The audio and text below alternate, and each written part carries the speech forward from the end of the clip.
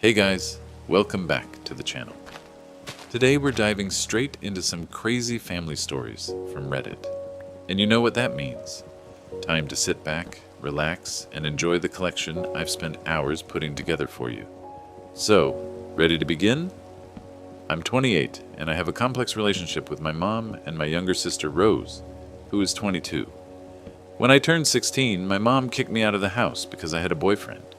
Not for doing drugs or stealing or anything like that, just for dating someone. She learned I was seeing this guy from school and completely freaked out. I ended up staying on a friend's couch while still attending school. I began working at a local diner, saved every penny I could, and ultimately put myself through college. It was tough, but I managed it without any help from my family. I worked morning shifts before school and evening shifts afterward, plus weekends. I hardly had time to sleep, but I still managed to graduate and even put aside a little money. Let's fast forward to the present. I have a good job in finance and purchased a small vacation home by the lake a couple of years ago. It's nothing luxurious, but I worked hard for it, and it means a lot to me. It's where I go on weekends to unwind and feel at peace. I saved for years to afford the down payment, worked overtime, and even took on freelance projects on the side. The house needs work, the kitchen is outdated, the deck needs repairs, and the plumbing is temperamental. But it's mine, and I love it. My sister Rose has always been the golden child. When she became pregnant during her sophomore year of college, Mom welcomed her back home with open arms. Rose's boyfriend Joel moved in too. He doesn't work, has zero ambition, and is perfectly content living off my mom. He spends most days playing video games and complaining about how hard it is to find a job in this economy. Meanwhile, Rose left college and has been staying home, doing nothing in particular. Mom covers all their expenses. Their food, clothes, phone bills, doctor appointments, everything. I've maintained limited contact with my family over the years. I still send birthday gifts and holiday cards, but rarely visit, as every conversation with my mom feels like a reminder that I'm less important than Rose. Whenever I do visit, Mom spends the entire time talking about Rose's achievements, however minor, while completely ignoring anything I've accomplished. It's exhausting and demoralizing, so I usually find an excuse to leave early. Last Sunday, I was enjoying my morning coffee at my lake house when my mom called. I knew something was up because she never calls unless she needs something. After some small talk, she dropped the bombshell. Rose and Joel are getting married, and they need my lake house as a wedding gift because they need somewhere to raise the baby. I nearly choked on my coffee when she said this. The audacity was breathtaking.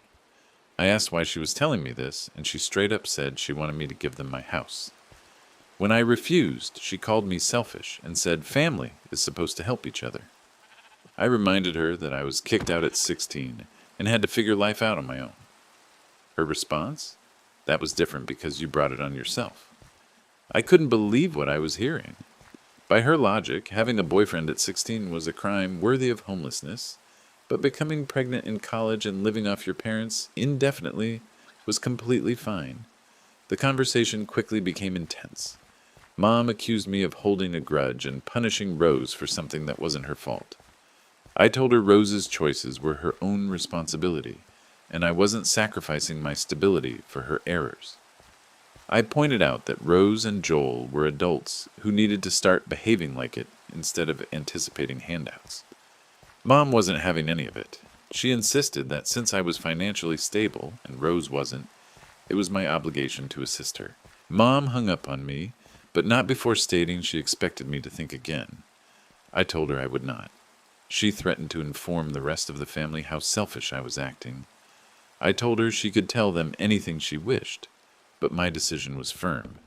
The lake house was not open for discussion. Over the following few days, Rose and Joel both began sending me messages. Rose said I was cruel in condemning her child to poverty. Joel sent a lengthy text about how he'd always admired me and hoped I'd grasp the larger perspective. I told them I couldn't believe how cruel they were to bring a child into the world in their current situation, let alone consider having one. I suggested they concentrate on finding jobs and saving money, instead of attempting to take what I had worked to achieve.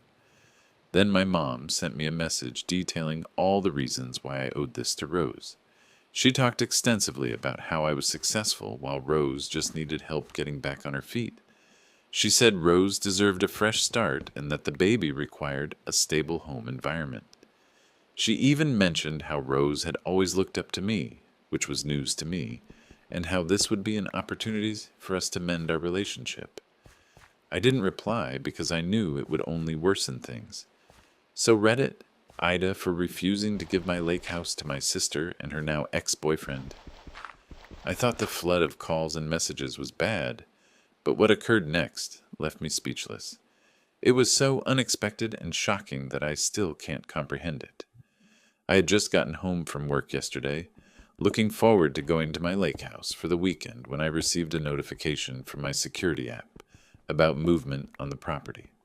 I installed security cameras after a break-in at a nearby property last year, and I'm now incredibly glad I did. I checked the live feed and observed Rose and Joel on my porch. Joel was trying to break in with a crowbar while Rose stood lookout. I couldn't believe what I was seeing. Were they seriously trying to break into my house?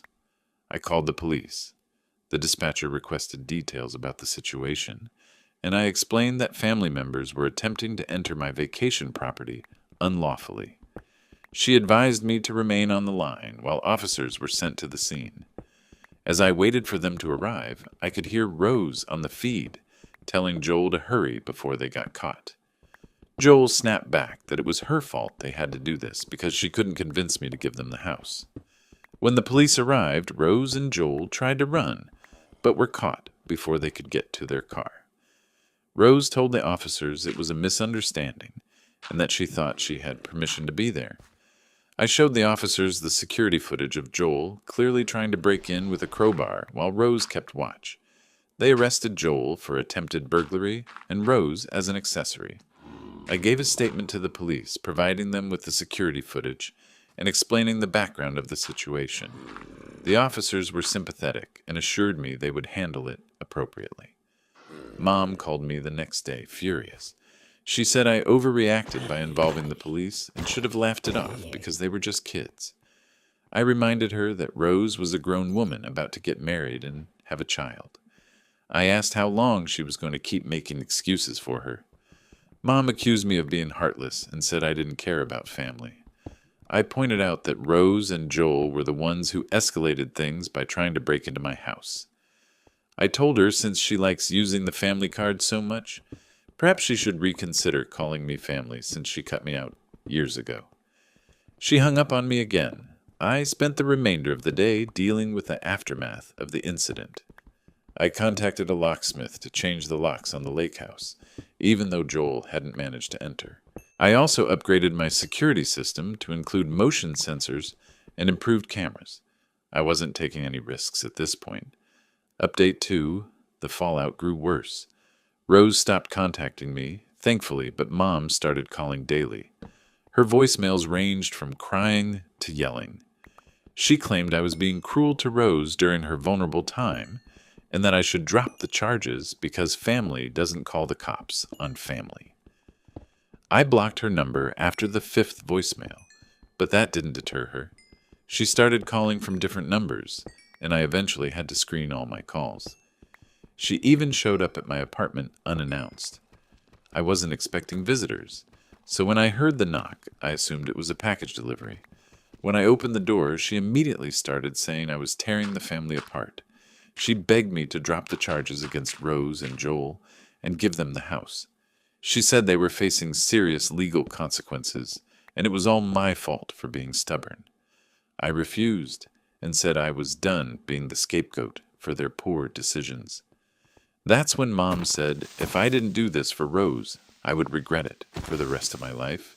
She said family was all we had, and once it was gone forever. She continued to talk about how family ought to stick together through thick and thin, and how I was prioritizing material possessions over blood ties. For a moment, I questioned if I was being too harsh. The guilt trip was successful, I'll grant her that. Then I recalled everything I had experienced, being kicked out at 16, struggling alone, never receiving any assistance. I asked Mom if she ever regretted evicting me. She just stammered. I told her family is a two-way street, and I wasn't going to sacrifice myself for individuals who were never there for me. I reminded her that she had chosen Rose over me repeatedly, and now she was asking me to relinquish my hard-earned property for someone who had literally attempted to break into it. She departed without another word, slamming the door behind her. That night, Rose texted, "You've ruined my life." I was tempted to ignore it, but ended up responding that she was ruining her child's life and ought to consider adoption. I know it was trivial, but I was tired of the blame game. I was weary of being made to feel at fault for safeguarding myself and my property. Update 3. I was right. Rose used social media to portray me as the villain. She shared posts about how I was keeping a vacation home to myself, while she, a struggling, expectant mother, was facing homelessness. She purposefully omitted the break-in attempt and their arrests. She made it sound like I was some selfish monster who was unconcerned about her own family. Her posts were meticulously designed to attract pity while depicting me in the worst possible light. Her posts were all drama, teary-eyed photos of her standing outside some small apartment with captions pleading for compassion. She stated she couldn't believe her own sister would forsake her during such a crucial time. She spoke of how frightened she was about the future and how she just wanted security for her expected child. She even brought up how she had nowhere to live now that Joel was facing legal issues, suggesting it was somehow my fault their relationship was tense. The comments were mixed. Some people criticized her for airing dirty laundry online, but others, mostly her friends, Joel's friends and distant relatives, came to her aid with the whole family should help each other line. They claimed I was uncaring for not helping my expectant sister in her difficult period. They didn't know the complete narrative, naturally, but that didn't prevent them from judging me based on Rose's biased account of events. Mom also intervened, concurring with Rose and stating she couldn't grasp how unfeeling I'd grown. She left remarks on each post, providing her own specifics about how I'd consistently been challenging and how she had done her utmost to create harmony between us. She presented it as though I was the issue from the start, entirely altering the past to suit her version of events. I attempted to disregard it until Rose went too far. She shared an image of my lake house with a caption that read something like this: "This is the house my self-centered sister is hoarding all to herself while I suffer." The picture was plainly captured just before they were apprehended during the attempted break-in. Individuals began to guess about the property's whereabouts and worth in the replies. A few even made light of appearing there to take possession for Rose. The violation of privacy was egregious. I sensed as though my private area was being intruded upon once more. At that point, I reached out to an attorney. He recommended I apply for a protective order against Rose and Joel, referencing the break-in and online harassment, and to issue a cease and desist notice regarding the posts. He clarified that the online campaign might be viewed as harassment and libel, particularly as it was encouraging others to potentially unlawfully enter my property. He assisted me in collecting all the proof and submitting the required documents. The protective order was swiftly approved due to the evidence, but the harm had already occurred. I felt trespassed upon. This was no longer only about the house. It was about safeguarding myself from individuals lacking limits. The attorney guaranteed me that the protective order would hinder Rose and Joel from approaching me or my property, but cautioned that it might not halt the online harassment. He advised recording everything in the event we needed to pursue additional legal steps. Rose eventually ceased posting about me online following the protective order, but then Mom chose to handle things herself. She was not restricted by the protective order. She appeared at my lake house unannounced one Saturday morning as I was gardening. I had driven up early that day to do some yard maintenance and clear my thoughts. I was removing weeds when I heard a vehicle pull into the driveway. I did not wish to confront her, but disregarding her would merely worsen the situation. I rose, wiped the soil from my hands, and prepared myself for yet another dispute. Mom promptly began to explain how I had ruined my connection with Rose and damaged the family's standing. She continued about how family ought to stay united, how Rose was having difficulties, and how I had deserted her when she required me most. She labeled me egoistic for accumulating my achievements while Rose was sinking. She mentioned that folks in town were discussing our family issues and how unfeeling I was acting. She asserted I was making her appear as an inadequate mother because I refused to assist my sister. I allowed her to speak until she lost her momentum. Then I informed her I would not say sorry for safeguarding what belonged to me. I brought up Rose's attempted break-in, their detentions, and the public shaming effort. I questioned how any of that was meant to make me wish to assist them. I highlighted that their deeds carried repercussions, and they couldn't anticipate me to simply pardon and overlook something so grave. Mom dismissed it as if it were trivial. She stated Rose was merely desperate and lacked other options. She mentioned I should comprehend because I was once youthful and imprudent as well. She asserted that Rose was experiencing significant strain due to the pregnancy and that Joel had influenced her into the attempted break-in. She was offering justifications again, precisely as she always did for Rose. That was enough. I informed Mom there's a significant distinction between committing errors and declining to accept responsibility. I recalled for her that when I was Rose's age, I didn't receive assistance or compassion. I was expelled for having a boyfriend. I had been employed and self-sufficient for years by the time I reached Rose's age, without any aid from my family. I was residing independently, settling my own expenses and forging my own future. I hadn't anticipated anyone would provide me with anything gratuitously. Mom attempted to interject, but I continued speaking. I informed her I'd to provide me with anything for nothing. Mom attempted to interject, but I continued speaking.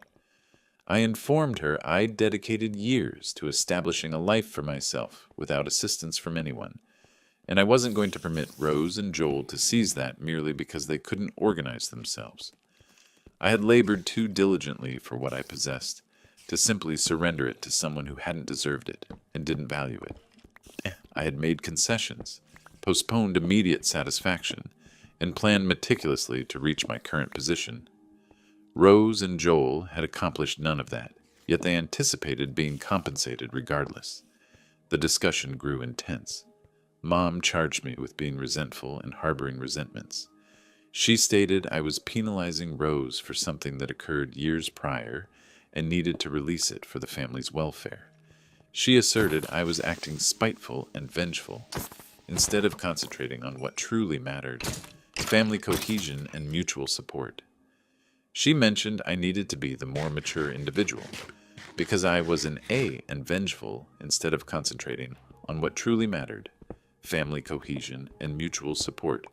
She mentioned I needed to be the more mature individual, because I was in a capacity to assist and ought to do so without stipulations or anticipations. I informed her I was merely asserting myself for the initial time, and if she and Rose couldn't cope with that, it was not my concern. I proposed she either evict Rose or relinquish her own residence to them, given she was such an affectionate mother. If she genuinely believed in making sacrifices for family, she could commence by making sacrifices herself rather than anticipating me to shoulder the load. I was finished being the sole person anticipated to contribute while everyone else received. Mom departed in a rage, and I did not receive communication from her or Rose for several days. I attempted to return to my usual routine, but I was aware they had not yet concluded. Update 4. The online assault ceased for a period, but then recommenced. Shared contacts began sending me messages, some imploring me to rethink, others dispatching unpleasant messages. Individuals I had not communicated with in years abruptly held views concerning my private affairs. Some volunteered to mediate between Rose and me, while others directly charged me with being unkind and uncaring. I understood that remaining quiet was ineffective. My version of events was not being heard, and Rose's account was controlling the discussion. I resolved to share my perspective. I composed a post detailing everything: how I was expelled at 16, how I toiled for years working late into the night while completing high school, and how I ultimately established a profession that enabled me to acquire the lake house. I depicted the extensive hours, the concessions, and the resolve it demanded to reach my current standing. I clarified that no one had volunteered to assist me when I was without a home and in despair, yet I had managed to endure and prosper independently. I then outlined Rose's predicament: becoming pregnant in college, withdrawing, relocating home with her unemployed partner, and soliciting assistance from all while doing nothing to gain confidence or regard. I elucidated the cycle of privilege and reliance they had formed, with Mom facilitating their conduct at each stage. I highlighted that Rose and Joel had resided without charge with Mom for years, offering no contribution to the home. Ultimately, I tackled the crucial moment: their endeavor to unlawfully enter my residence. I featured a screen capture of the surveillance video displaying Joel with the pry bar and Rose observing. I made it undeniably evident that the lake house belonged to me, acquired with my funds following years of concession.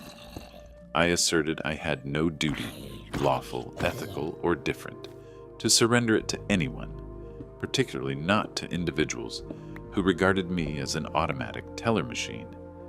I stressed that their conduct was not merely privileged, but genuinely unlawful, and they were encountering judicial repercussions for their decisions, not due to anything I had perpetrated. The update rapidly garnered attention. Remarks flooded in with backing, highlighting the sense of privilege and manipulation I had undergone.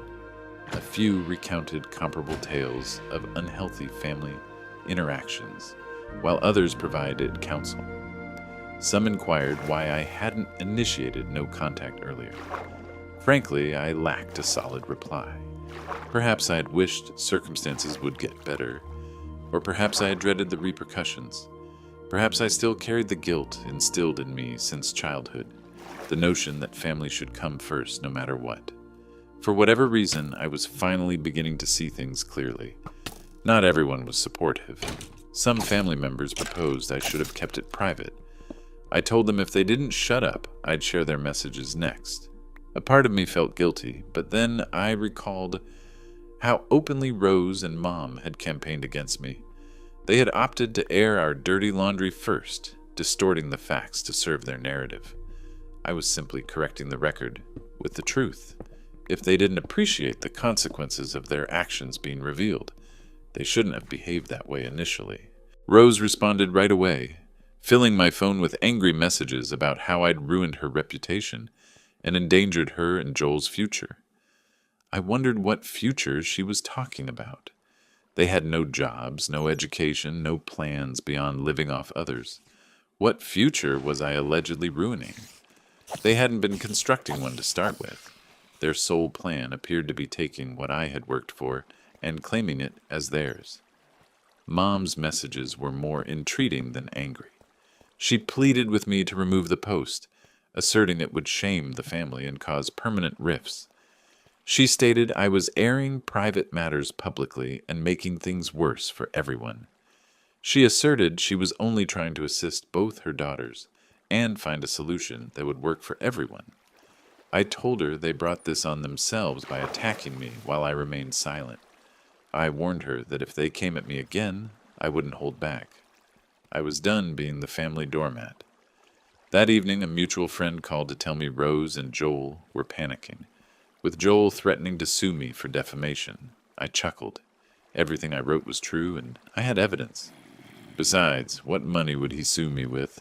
He couldn't even afford his own place to live, let alone legal fees. The threat was empty, just like everything else about him. It was simply another attempt to intimidate me into giving them what they wanted. That night, I felt at peace. I wouldn't be their easy target anymore. For the first time in years, I felt like I was truly standing up for myself. I wasn't going to let them guilt or manipulate me anymore. I wasn't going to sacrifice my needs and boundaries for people who had never shown me the same consideration. It was liberating to finally put my foot down and say, enough is enough. Update 5. Last night, my phone rang with Rose's name on the screen. I almost let it go to voicemail but chose to answer. Ready for her usual accusations. I had my recorder on, just in case she said something I needed to document for legal purposes. Instead, I heard sobbing. Not her usual manipulative tears, but deep, gut-wrenching crying. Before I could ask what was wrong, Rose started wailing that Joel had broken up with her. He'd packed his things and left, blaming her for everything. The repercussions from my post, their instability, and the strain of their upcoming wedding. As she recounted, he told her she was toxic, and he could no longer tolerate her. He had abandoned her and the baby without a second thought. She kept reiterating she didn't know what to do. She felt scared and alone, and didn't believe she could raise a child on her own. She possessed no job, no savings, and no support system, apart from Mom, who was already financially strained. She asserted she had hit rock bottom, and saw no path forward. She explained she was calling me because she had nowhere else to turn. For a moment, I nearly felt sympathy for her. Her distress seemed authentic for once, and the situation with Joel was undeniably challenging. Then my anger returned. I held my voice steady, but my words emerged cold. I wasn't going to be swayed by her tears or her crisis. I had endured worse at a younger age and had managed without any assistance. She could manage likewise. I informed her she had no one to blame but herself. She had chosen to have a baby without any forethought, without considering the repercussions, and with a man who clearly could not be a supportive partner. I inquired what she had been thinking. Did she truly believe Joel, who couldn't maintain a job or assume responsibility for himself, would miraculously transform into a dependable husband and father? Had she not noticed the warning signs that he was unreliable and immature? Had she genuinely believed he would step up when circumstances became difficult? She attempted to interrupt, but I went on. I brought up how she'd spent weeks assailing me, trying to guilt me into handing over something I'd worked for. I questioned if she'd been thinking clearly when she chose to break into my house, when she stood there with Joel, believing it was acceptable to take what wasn't hers. I highlighted that her present predicament was the direct outcome of her own choices and actions. She had opted to get pregnant without financial security. She had decided to remain with Joel despite his absence of ambition. She had decided to attempt to take my house instead of discovering her own solution. Her sobbing subsided, replaced by shocked silence. But I hadn't concluded. I had years of suppressed frustration to unleash, and now that I had begun, I couldn't cease. She needed to hear the stark truth that everyone else in her life had been shielding her from. I informed her life isn't a fairy tale where others rectify your errors. I inquired how she intended to care for a child when she couldn't care for herself. Did she imagine Mom would resolve all her issues? Or was she still so deluded as to think I'd come to her rescue despite everything? I proposed she needed to begin taking accountability for her own life and cease expecting others to rescue her every time things became difficult. I informed her she needed to mature and confront reality instead of dwelling in a fantasy world where everything unfolds without effort or sacrifice. Eventually she spoke, her voice faint and shaking, stating I was heartless and didn't grasp how difficult her life was or the immense pressures she faced. She asserted I could not possibly comprehend what she was enduring since I lacked children and had never been in her situation. She mentioned I was acting cruelly in her time of need and that she had wished I would display some empathy despite our disagreements. I chuckled. I informed her I understood precisely how tough life could be because I had experienced it. I recalled for her how I'd been expelled at 16 with no support system and no one to phone for assistance. I had been younger than her current age and utterly alone, yet I had endured and flourished. The distinction between us was that I'd assumed responsibility and accomplished something, whereas she attributed her errors to everyone else. I had confronted my difficulties directly, instead of anticipating others to resolve them for me. The line became silent once more. I did not await a reply. I informed her it was time to mature and ended the call. I experienced no guilt or uncertainty. Rose had made her decisions and now confronted the repercussions. It was not my duty to mend her life. She needed to learn to be self-reliant, just as I had been compelled to be years prior. Perhaps this would be the necessary realization for her to finally begin assuming accountability for herself and her child. Update 6. Last night, my doorbell chimed without warning. I wasn't anticipating anyone, and following all that had occurred, I was cautious of unexpected guests. Peering through the peephole, I saw Mom standing there, looking disheveled. Her hair was untidy, her clothes were creased, and she appeared as though she hadn't slept in days. I opened the door, but did not invite her inside. I folded my arms and waited. I wasn't going to make things simple for her. Before she could speak, I interrupted her. I informed her if she was here to scold me about Rose or plead with me to mend her predicament, she should spare her breath. I wasn't interested in another session of guilt trips or emotional manipulation. I had made my stance clear, and it wasn't going to alter. She appeared stunned, opening and closing her mouth without uttering words. I didn't allow her to regain composure. I released everything I'd suppressed for years. All the pain, fury, and bitterness that had accumulated since I was 16 came gushing out. It was as if a dam had burst, and I couldn't have halted it even if I wished to. I told her she'd been the worst mother I could envision. I asked how she could eject the worst mother I could envision. I asked how she could expel a 16-year-old for having a boyfriend, abandoning me to the wolves without a second thought. I asked how she slept at night, knowing she allowed me to fend for myself as a teenager, while Rose received opportunity after opportunity without repercussions. I reminded her how I had struggled to complete high school while laboring to support myself, how I had gone to bed hungry more times than I could count, because I couldn't afford both sustenance and rent. I inquired if she had ever given a single thought to what I was enduring, or if she had merely erased me from her memory the moment I left. Her hands quivered as she attempted to offer justifications about being stressed at that time. I interrupted her. I informed her stress did not warrant forsaking one child while pampering another to the extent of fostering destructive conduct. I highlighted how she dedicated years going to great lengths for Rose, rectifying her errors, and now had the nerve to anticipate me doing likewise. I recalled for her that she had brought about this state of affairs by instructing Rose that someone would consistently be present to resolve her difficulties. She had brought up Rose to be reliant and privileged, and now she was confronting the repercussions of her upbringing decisions. She recoiled as my voice intensified. I informed her I would no longer be the family's scapegoat, and if she believed she could guilt-trip me into it, she was misguided. I was through with being the scapegoat, the villain, the one always meant to give up everything and gain nothing in exchange. I had built my life without their assistance, and I wasn't about to let them ruin it now. She finally spoke, weakly saying I was being unfair, that she'd made errors, but was only striving to keep the family together.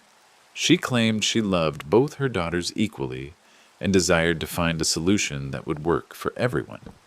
She said she was simply trying to be a good mother to both of us in the best way she understood.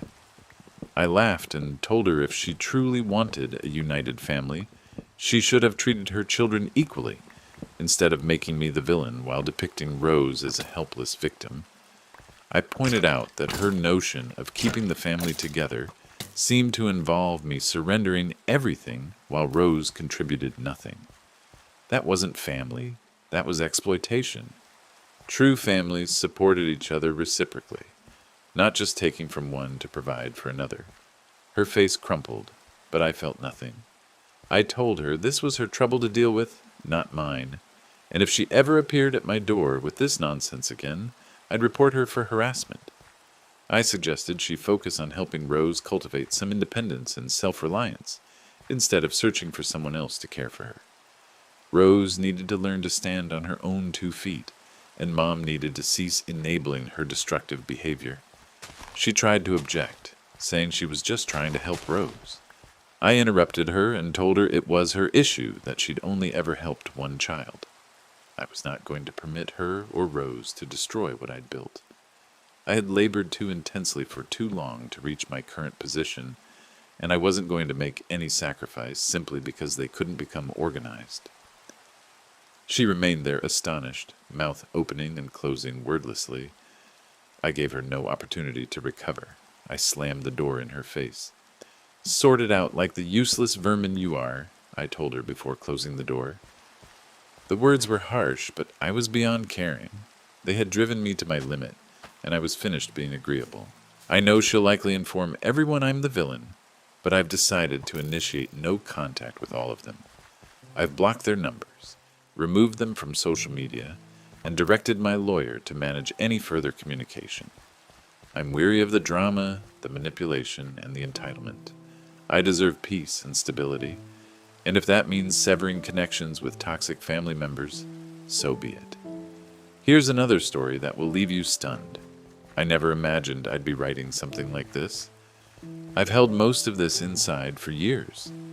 My sister Bonnie and I have always shared a complex relationship. We're roughly 3 years apart. I'm the older one. As we grew up, our parents always appeared to favor her. They called her their perfect little princess, while I simply existed. Starting in elementary school, Bonnie was always the pretty one, the popular one. I was overweight since childhood. Not severely obese, but certainly larger than average. When I was 17, I discovered Bonnie had set up a social media account devoted to posting unflattering pictures of me with cruel captions. Her friends all followed it. Some of my classmates saw it as well. I confronted her and she took it down, but she never apologized. She simply said I should be grateful she removed it. My parents said I ought to stop being so sensitive, and that sisters tease each other. After high school, I moved out the moment I could. I attended college in another state, specifically to escape my family. I limited contact with all of them. I would return home for major holidays, but that was all. Even then, Bonnie always found ways to remark on my appearance. She would inquire if I had put on more weight. She would say things about how I should think about surgery. She purchased me exercise equipment for Christmas one year in front of everyone. Last year, Bonnie met Dan. He appeared to be a genuinely kind man, a doctor with a good reputation in the community. He was kind to me the few times we met. They became engaged after dating for 8 months. 3 months ago, Bonnie invited me to meet her for coffee. I thought perhaps she wished to improve our relationship. Instead, she informed me she was organizing her wedding and desired me to be a bridesmaid, but only if I shed at least 50 pounds before the wedding, which was set for 6 months later. She showed me the bridesmaid dresses she had chosen. They only went up to size 12. I wear a size 18. She said she couldn't have me spoiling her wedding photos, and that this was a great chance for me to finally address my weight. I told her I would not be shedding weight for her wedding. She grew angry and stated I was being selfish. She said in that situation I could still attend the wedding, but not as a bridesmaid, and that I should wear something slimming and dark to merge into the background. I left the coffee shop and drove directly to Dan's office. I hadn't intended to go there. I simply found myself in the parking lot. I waited until his lunch break and inquired if we could speak. He agreed. I told him myself in the parking lot. I waited until his lunch break and inquired if we could speak. He agreed. I informed him of everything about how Bonnie had treated me over the years. I displayed to him some of the old social media posts I had screenshots of. I informed him about the bridesmaid requirement. I wasn't attempting to separate them. I merely wanted him to know who he was marrying. Dan remained silent for a long while after I finished. He thanked me for sharing and mentioned he needed to reflect.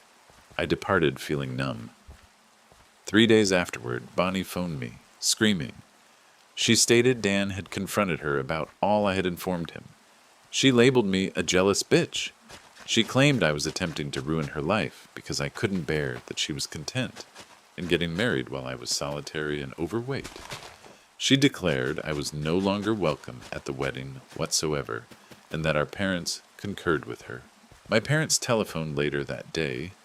They stated I had exaggerated matters and that I ought to apologize to Bonnie, and that sisters quarrel, but family remains family, while asserting I was merely envious of Bonnie, and always had been.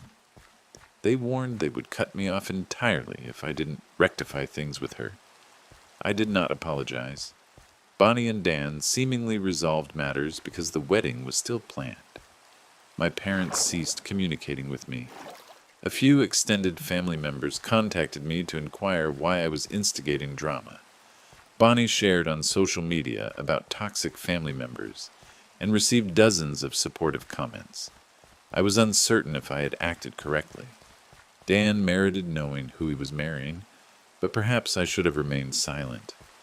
I've dedicated years attempting to move past how she treated me, and now I felt as though I was precisely back where I began. Yesterday I received an invitation in the mail.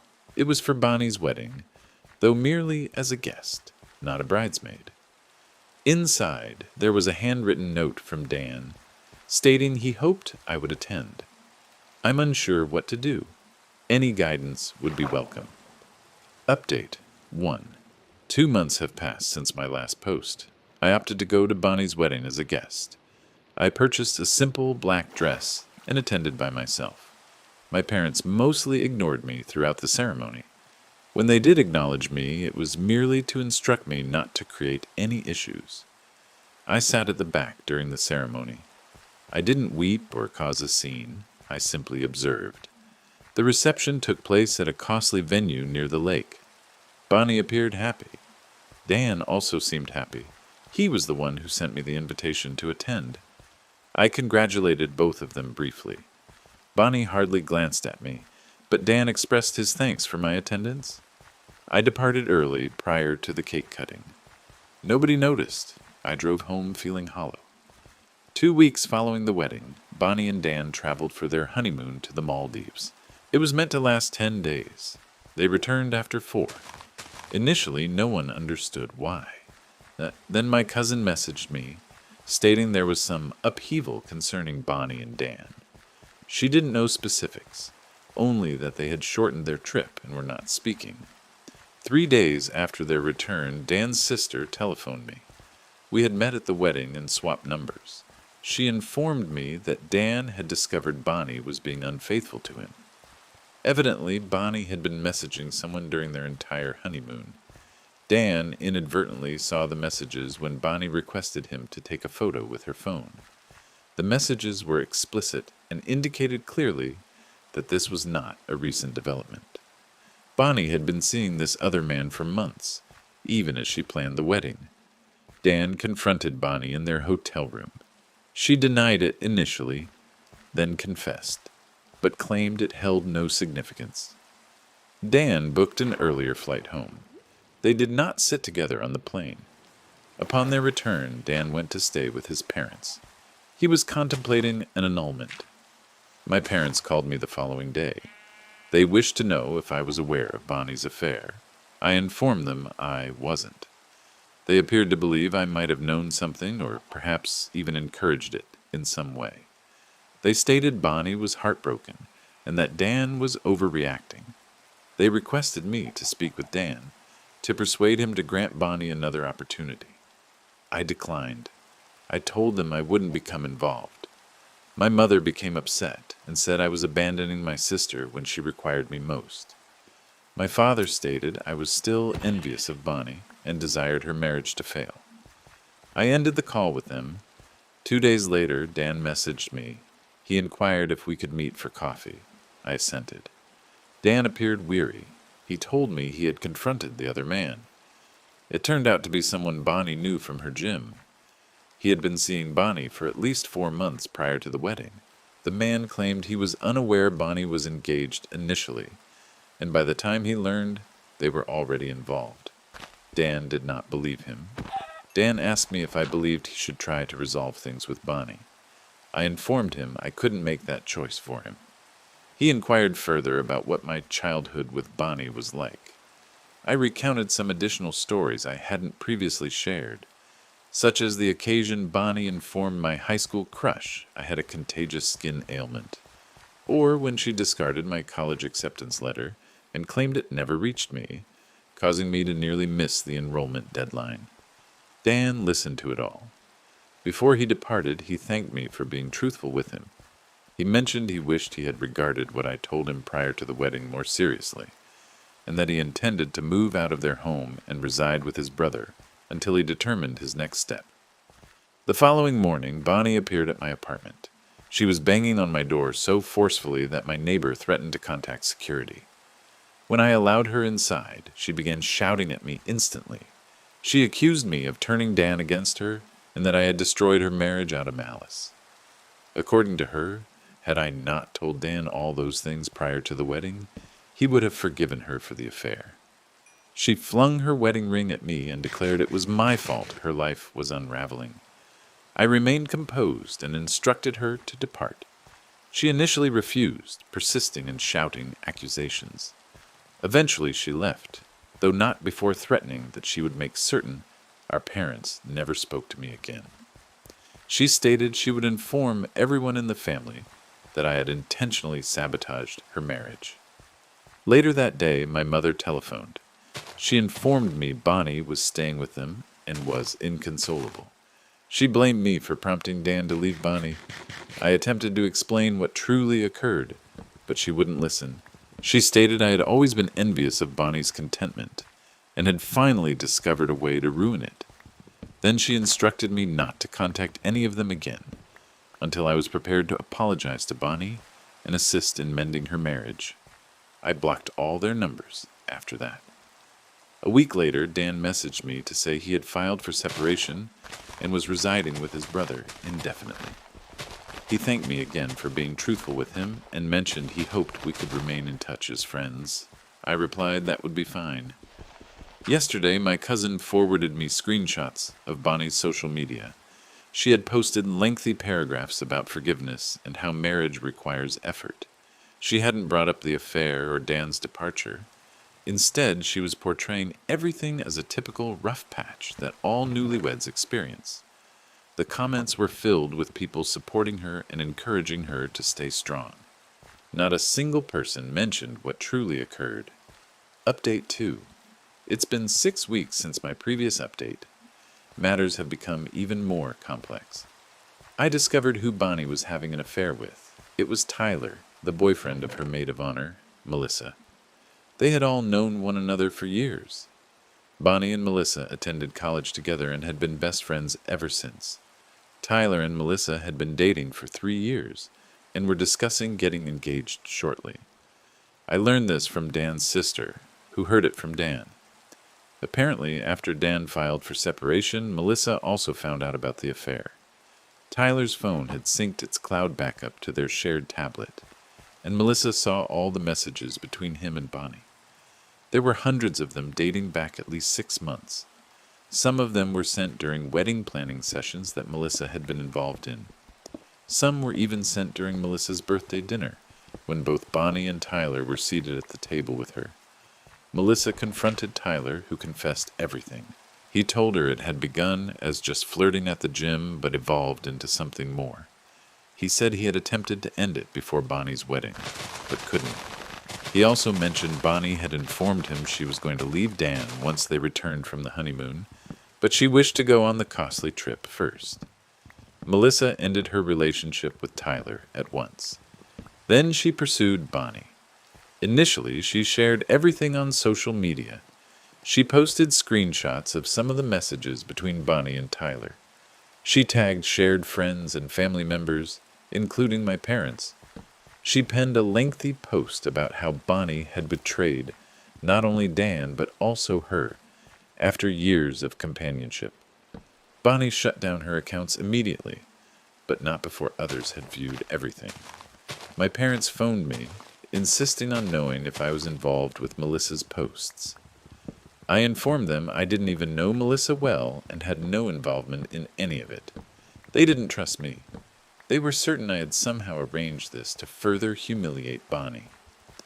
3 days following the social media posts, matters intensified further. Melissa went to Bonnie's home where Bonnie was still residing alone. They purchased it together, but Dan didn't wish to remain there after the affair. Melissa possessed a key because she had been house-sitting during what was meant to be Bonnie and Dan's honeymoon. She let herself inside while Bonnie was at work and vandalized the place. She didn't merely create a mess. She used scissors on Bonnie's clothing. She spilled bleach on her designer footwear. She shattered framed wedding pictures. She even spray-painted cheater on the bedroom wall. Then she photographed everything and sent the pictures to Bonnie, with a message stating this was only the start. Bonnie returned home to the damage and contacted the authorities. They filed a report, but because Melissa had a key she had been given and there was no forced entry, they deemed it a civil issue instead of a break-in. They informed Bonnie she could pursue Melissa for compensation, but that criminal charges were improbable. Bonnie phoned my parents in hysterics. They drove there right away. My father photographed all the damage for insurance claims. My mother assisted Bonnie in packing some unharmed clothing and brought her back to their home. Bonnie has been residing with them ever since. The next day, Melissa was having brunch with some friends when Bonnie and my mother appeared. Bonnie began yelling at Melissa amidst the restaurant.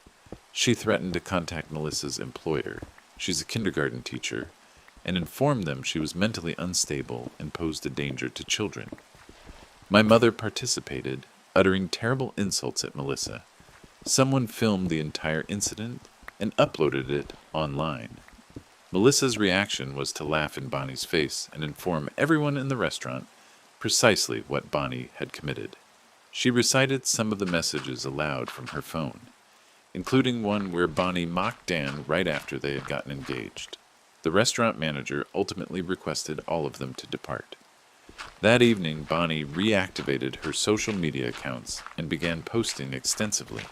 She posted pictures of her ruined house and possessions. She wrote about being the target of a mentally unstable woman's revenge. She never brought up the affair or the reason for Melissa's anger. She presented herself as someone handling a marital separation maturely, while being tormented by a deranged former friend. Individuals began choosing sides. Several of Bonnie and Melissa's shared friends divided into groups. Relatives commented on posts, supporting either Bonnie or Melissa. It became an enormous public display. Neither woman would concede. Tyler remained entirely uninvolved. He vacated the apartment he shared with Melissa and shut down all his social media profiles. Dan's sister reported that Tyler texted Dan one time to apologize, but Dan blocked his number without replying.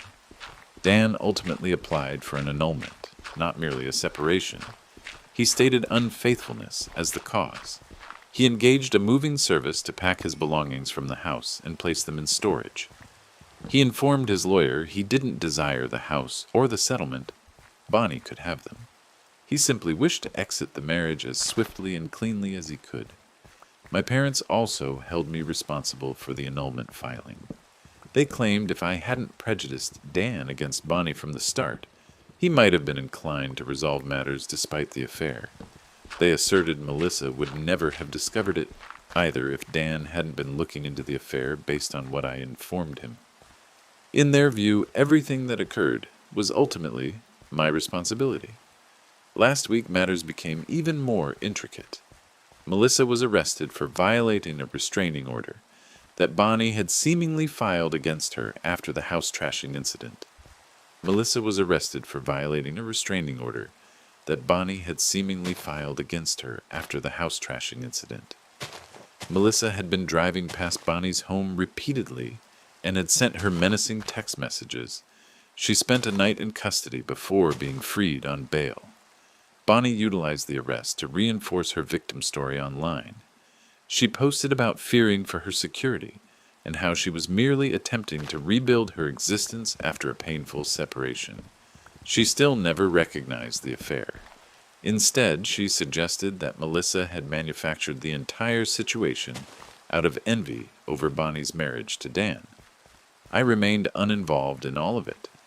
I haven't posted anything online concerning any of this, except Reddit, of course. I haven't contacted Melissa or Bonnie. I've only communicated sporadically with Dan, who is doing his utmost to move forward. He purchased a condo across town and is concentrating on his medical practice.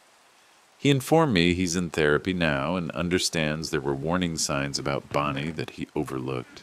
He mentioned he's thankful that I was truthful with him, even though it was painful at that moment.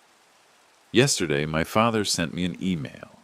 It was the initial communication from either of my parents in weeks. He didn't apologize for accusing me of everything. Instead, he stated the family was being ripped apart, and that as the elder sister, it was my duty to offer an olive branch to Bonnie.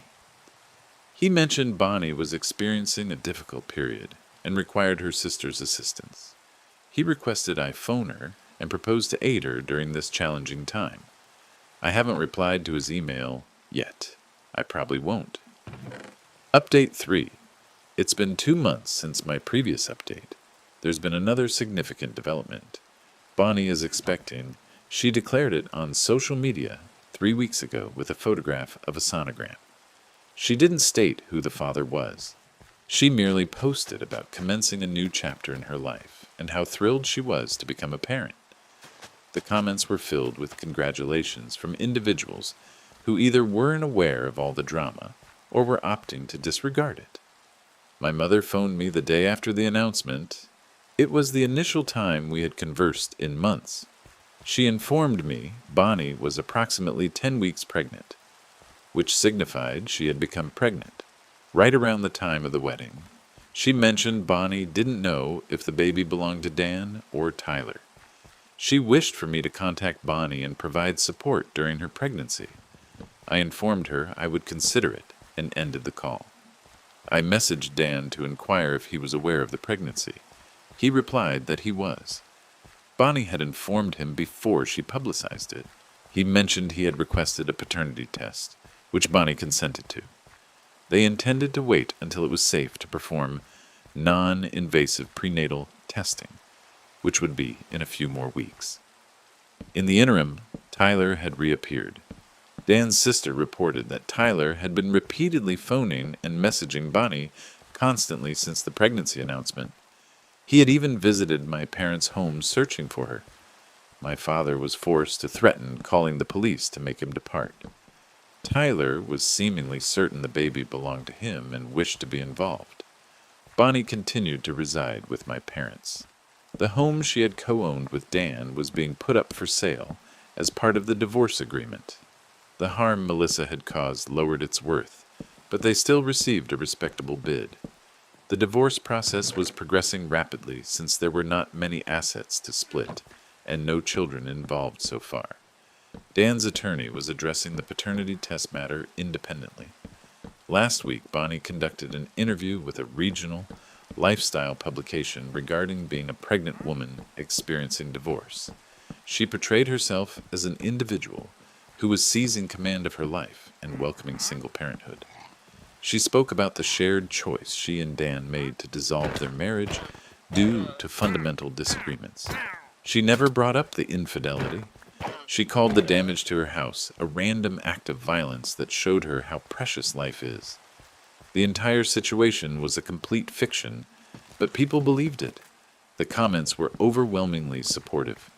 My parents shared the interview everywhere, praising Bonnie's strength and resilience.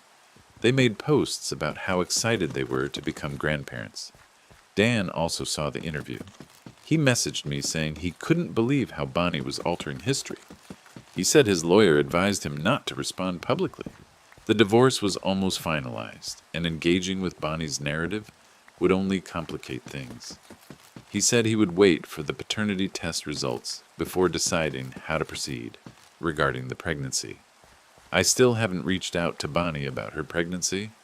I haven't congratulated her or offered support. I haven't commented on any of her posts. I've remained completely silent. Some family members have noticed and have been messaging me about it.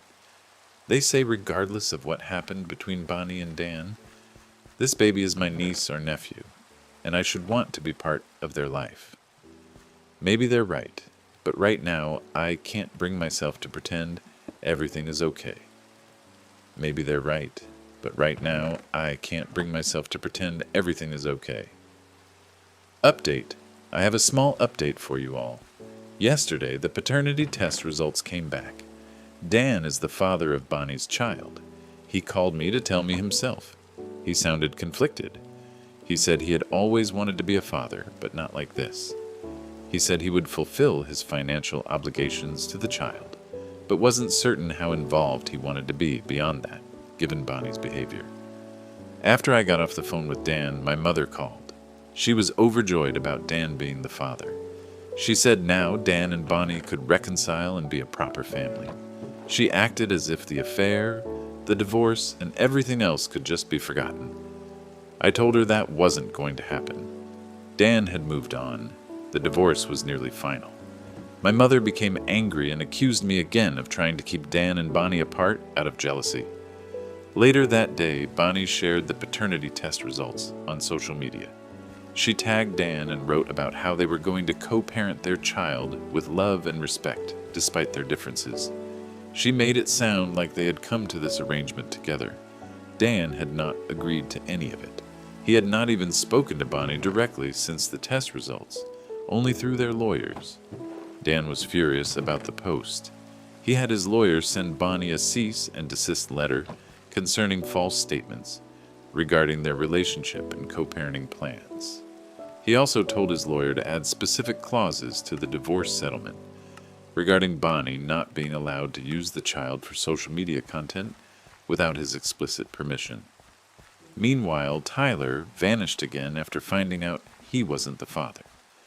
Mutual friends said he had been telling people he was ready to embrace fatherhood. He had even purchased baby items.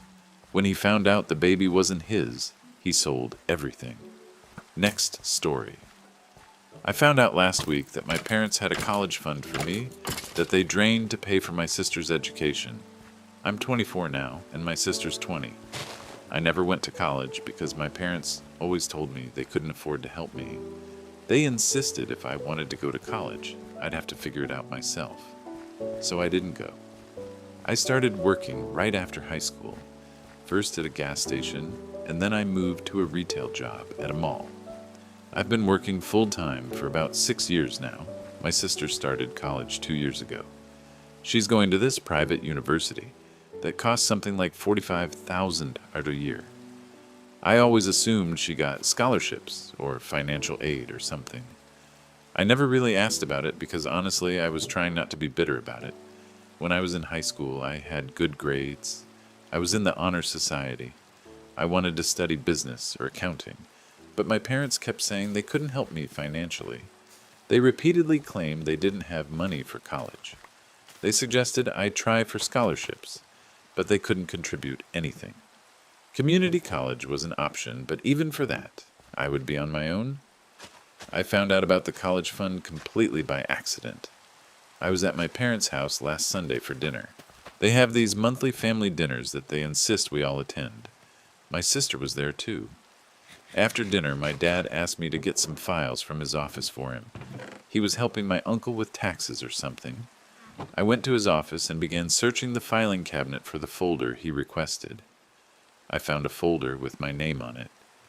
I wasn't snooping, I swear. It was right there as I was searching for the tax documents.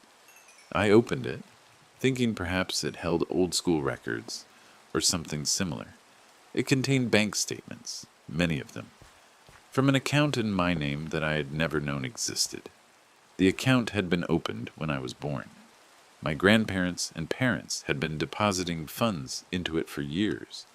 The statement showed regular deposits until I was around 18. The final statement in the folder displayed a balance of just over $3,000. There was a note on it that read, "Transferred to Emily's education fund," with a date from 4 years ago. Emily is my sister. I took the folder with me as I went back downstairs. I asked my parents what it was. My mom looked frightened when she saw what I was holding. My dad became angry. According to him, I had no business going through their private files. I pointed out that the account bore my name, so it appeared to be my business. That's when my mom began to cry. My dad made me sit down, and they explained that yes, a college fund had existed for me. But since I'd chosen not to attend college, they decided to use the money for my sister instead. I reminded them that I hadn't chosen not to go. They had told me they couldn't assist me. They'd told me for years that they possessed no funds for my education. Throughout high school, whenever I brought up college, they dismissed it. They were aware I wished to attend. They knew I'd applied to institutions and been accepted, but they kept stating they couldn't afford it, so I gave up and took a job instead. My dad insisted I ought to be happy that the funds went to assist my sister. By his reasoning, at least it remained within the family. My sister sat there throughout, appearing uneasy. She asserted she wasn't aware the money had been intended for me. She believed our parents had saved it specifically for her education. My mom was still weeping and maintaining they did what they believed was best. I departed. I simply stood up and walked away. I returned to my apartment and have been ignoring their calls and texts ever since. My sister texted me, saying she was sorry and hadn't known. My parents have called approximately 20 times. My mom left voicemails stating they wish to explain. I'm unsure what to do now. Those funds could have altered my life. I could have attended college. I could have a different job now, a profession. Instead, I've been employed in retail for 6 years, while my sister attends an expensive private university with my funds. I've been researching online about whether their actions were legal. The account was in my name, but I believe because I was a minor when it was established, they were likely the custodians of the account. I'm not certain if they legally committed any wrongdoing by transferring the money out when I turned 18. Morally, it feels incredibly wrong. A friend suggested I speak to a lawyer. Another friend said I should simply cut ties with my family and move on. I'm unsure what to do. Part of me wishes to discover if I have any legal claim to that money. Even if I can't retrieve it all, perhaps I could get some of it. I could still attend college. I'm only 24. It's not too late. My apartment lease is due for renewal next month. I was considering moving anyway to a more affordable place farther from the city. Now I'm pondering if I should relocate farther away, perhaps to a different state, get away from my family entirely. But that feels like letting them off the hook. I contacted my grandparents. They are my mom's parents. They are the ones who initiated the college fund when I was born. They had no inkling the money had gone to my sister. They believed I had chosen not to utilize it. They were stunned when I informed them what transpired. My grandfather intended to call my parents and resolve this. I haven't heard anything since then. Edit. You all have persuaded me to seek a lawyer. So tomorrow I plan to contact several lawyers and see if I can obtain a free consultation. I need to ascertain if I have any legal options here. Even if I opt not to pursue them, I desire to know what's feasible. Then I'll determine what to do about my family. Update 1. It has been 3 weeks since I discovered the college fund. I spoke with a lawyer. I located one who provides free initial consultations and met with him last Monday. I brought copies of the bank statements I had taken from my parents' house. After examining them, he suggested I might have a case, depending on precisely how the account was set up. If it was a custodial account under the Uniform Transfers to Minors Act, then legally the money became mine when I turned 18 or 21, depending on the state rules. If my parents transferred it after that point without my permission, they might have committed financial fraud. The lawyer needed to see the original account documents to know certainly. He asked if I was willing to obtain those from the bank or ask my parents for them. I decided to approach the bank first. He told me of his fees, which I can't afford right now. His recommendation was to try resolving it directly with my parents first, and only then pursue legal action if that doesn't work. I went to the bank the following day. It's a local credit union where my parents have always done their banking. I inquired about the account and showed my ID. The bank officer couldn't give me any details because my name was no longer on the account. I left the bank and sat in my car for an hour. I finally chose to text my parents. I told them I wanted the original account documents and an explanation of what occurred with the money. My dad responded immediately, stressing they would explain everything if I came over to talk in person. I refused, insisting on the documents first. He did not reply after that. My sister called me that night. According to her, our parents were quite upset. She insisted she had no clue the money was initially intended for me. She vowed if she had been aware, she would never have taken it. She asked that we speak face to face. I agreed to get coffee with her the following day. We met at a coffee shop halfway between our residences. She appeared weary. She confessed she'd been wrestling with guilt since learning the truth. She explained that our parents had always stated they were funding her education from their savings and investments. She never doubted it. She wished to know my intentions. Upon hearing about my discussion with the lawyer, she grew distressed and inquired if I was truly going to sue our parents. I informed her I wasn't sure yet, but I desired the truth and what was justly mine. She feared I was planning to make her leave college. I promised her that wasn't my aim. She's already halfway through her degree. However, our parents needed to rectify this somehow. She couldn't imagine how they could produce that sum of money now. Most of it had already been spent on her initial 2 years of tuition and accommodation. When I inquired about the expense of her education, she disclosed it was approximately $45,000 annually, including all costs. That amounts to $90,000 already used from my fund, with likely another $90,000 needed for her to complete her studies. She received no scholarships or financial assistance because our parents informed her they would handle the costs, so she never sought any. Following my meeting with my sister, I opted to email my parents. I stated that I wished to know precisely how the account had been established, when and how they moved the funds, and what their strategy was to rectify the situation.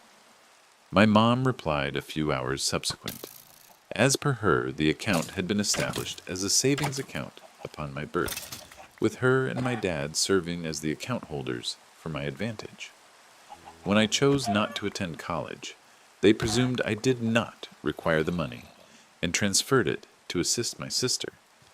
She apologized for not talking it over with me initially.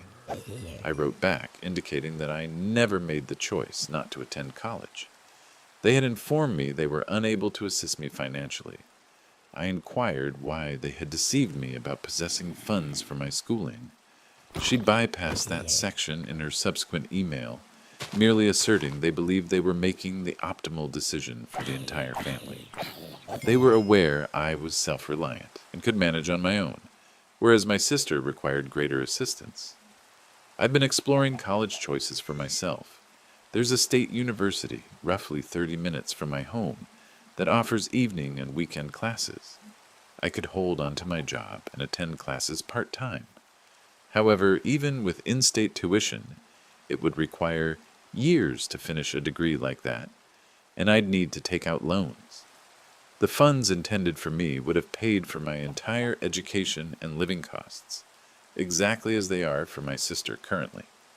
My grandparents telephoned me again last week. They talked with my parents. My grandfather was quite upset about the entire situation. They had contributed to my college fund for years, with the agreement that it was solely for my education. Had he known my parents planned to redirect it, he would have structured it differently. He volunteered to cover the lawyer's fees. I agreed, but took on additional shifts at work to put aside funds for legal costs, just in case. After that, I received an email from my dad. He wished to put this entire misunderstanding behind us and progress as a family. He asked me to dinner on Sunday. I haven't replied yet. I don't understand how this constitutes a family. He asked me to dinner on Sunday. I haven't replied yet. I don't perceive how this is a misunderstanding. They deceived me for years and took funds that were intended for me. I don't want to simply pretend that didn't occur. I took on a second job delivering food on weekends to attempt to save more quickly. Between my primary job and the delivery gig, I'm working approximately 60 hours a week now. It's tiring, but it gives me less time to think about everything. My sister messaged me again a few days ago. Evidently, our parents have been arguing a lot since this all came out.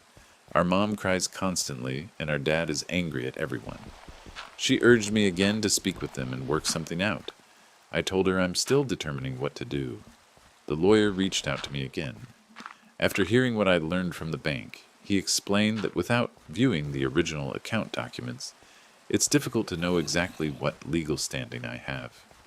He suggested sending a formal letter to my parents, requesting all documents related to the account, and an accounting of how the money was spent. If they decline, that would strengthen my case if I decided to pursue legal action later.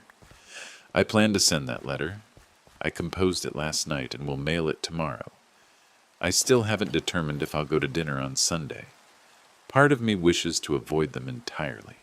Another part wants to look them in the eye and ask how they were able to do this to me. I don't know which would be preferable. My lease renewal is due in 5 days. I opted to stay in my current apartment for now. Moving would be costly, and I need to save every penny I can. Moreover, I don't want to run away from this situation. I want to resolve it somehow, even if that entails legal action. I continually think about all the times I struggled financially over the last 6 years. The occasion my car failed, and I couldn't manage to repair it for 3 months, so I rode the bus for hours daily to reach work. The instance I became ill and couldn't afford a doctor's visit, so I merely endured it. All the birthdays and holidays when I could scarcely afford modest presents for my family. All while they were holding onto a pile of money intended for me. The most difficult aspect is that I would have been content had they simply been truthful from the start.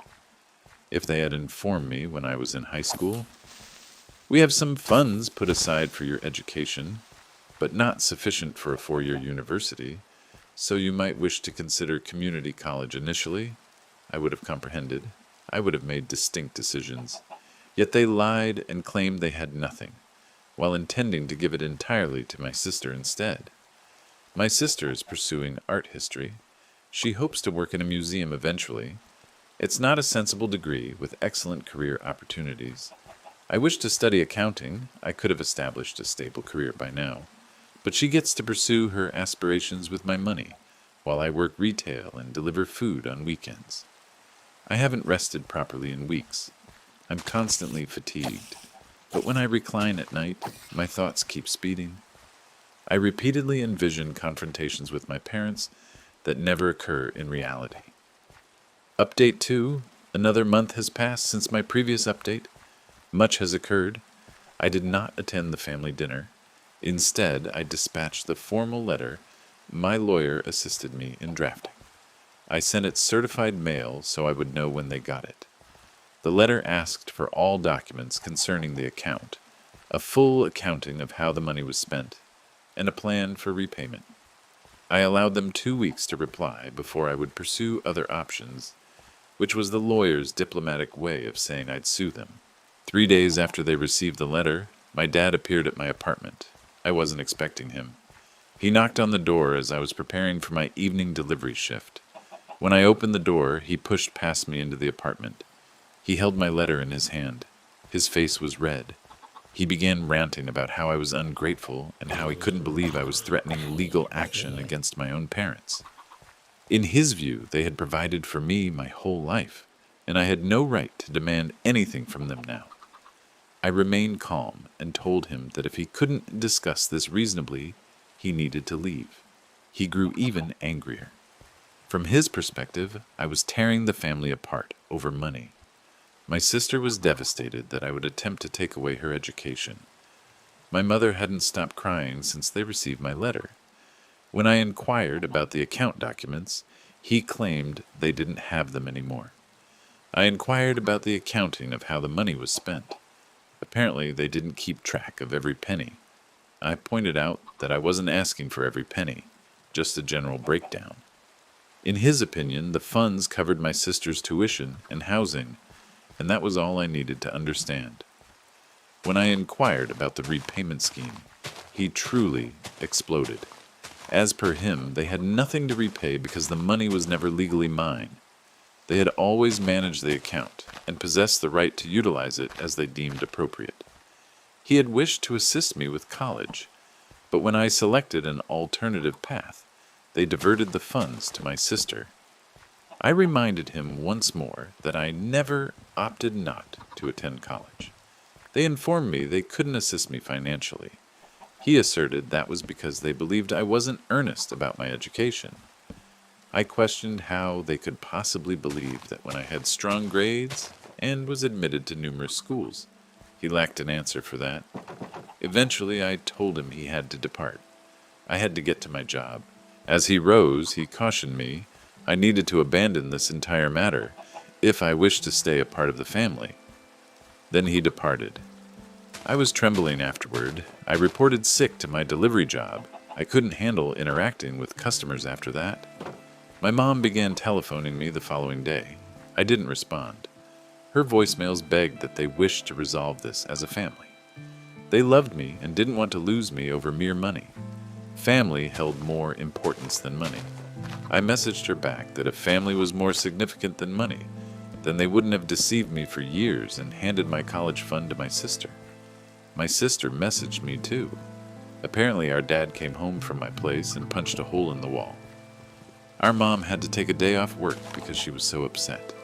She begged me to please drop the legal threats and talk to them. She felt caught in the middle and didn't know what to do. She offered again to pay me back after she graduates, but admitted it would take her years. I spoke with my lawyer again.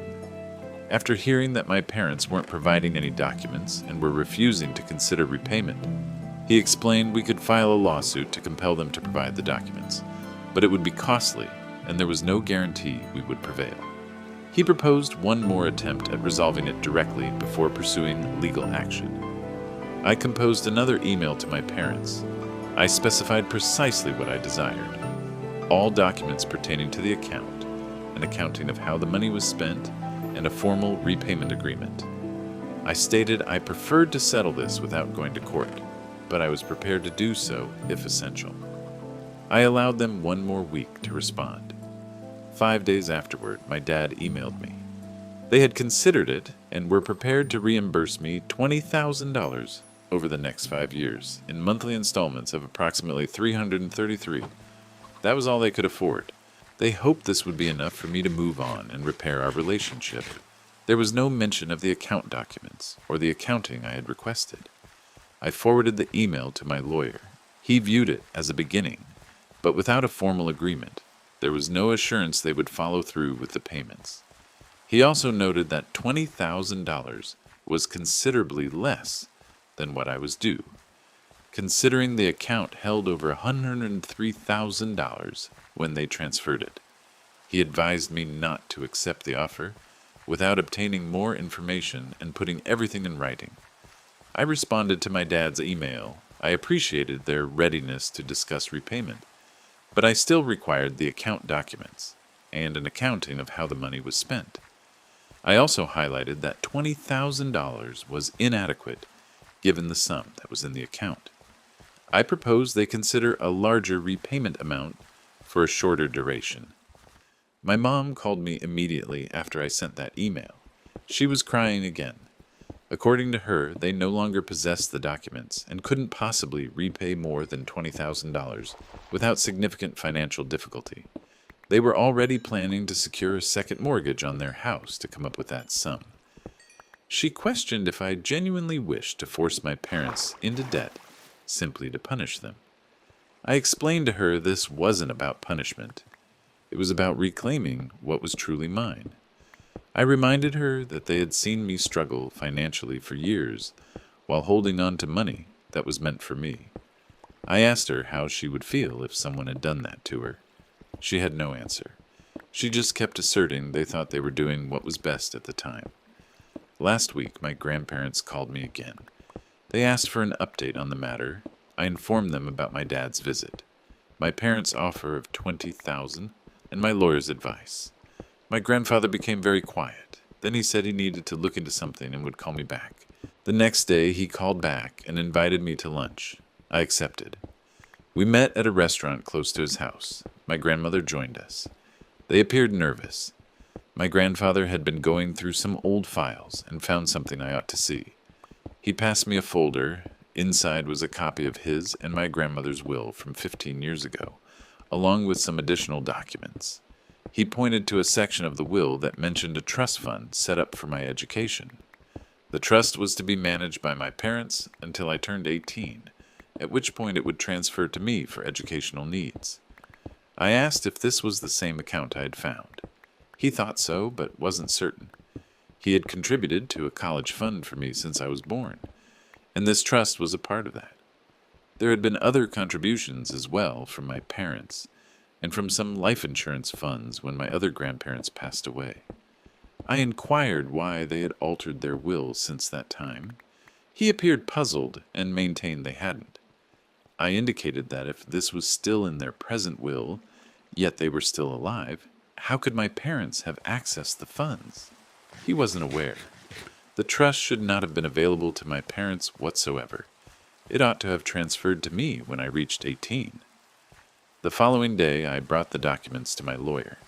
After examining them, he clarified this altered the situation considerably. If the funds originated from a trust set up by my grandparents, and the trust terms specified it was to transfer to me at 18, then my parents had no authority to redirect it. We needed to discover precisely what occurred with that trust, and how my parents obtained access to it. He prepared a more official legal letter requesting all documents pertaining to the trust and any accounts connected with it. If my parents declined to supply these documents, we would initiate a lawsuit and subpoena the records from the bank. Based on what my grandparents had revealed to me, we had a much more robust case than he initially believed. I dispatched the letter once more via certified mail. My parents got it 3 days prior. My dad telephoned me right after getting it. He was enraged. He could not believe I was involving lawyers and threatening to sue my own parents. I was breaking my mother's heart. If I went through with this, I would regret it for the rest of my life. I remained calm and told him that I simply wanted the truth and what was rightfully mine. If they had nothing to hide, they should have no issue providing the documents I requested. He hung up on me. My sister texted me later that day. Evidently, our parents had told her everything now. She asked if we could meet again to talk. We met at the same cafe as before. She looked even more tired than last time. Our parents had been arguing constantly since the latest letter arrived. Our mom finally admitted to her that they had used some of the money for things other than her education. She wasn't sure exactly what, but she gathered it was for home renovations and a trip to Europe they took 3 years ago. She felt sick thinking about it.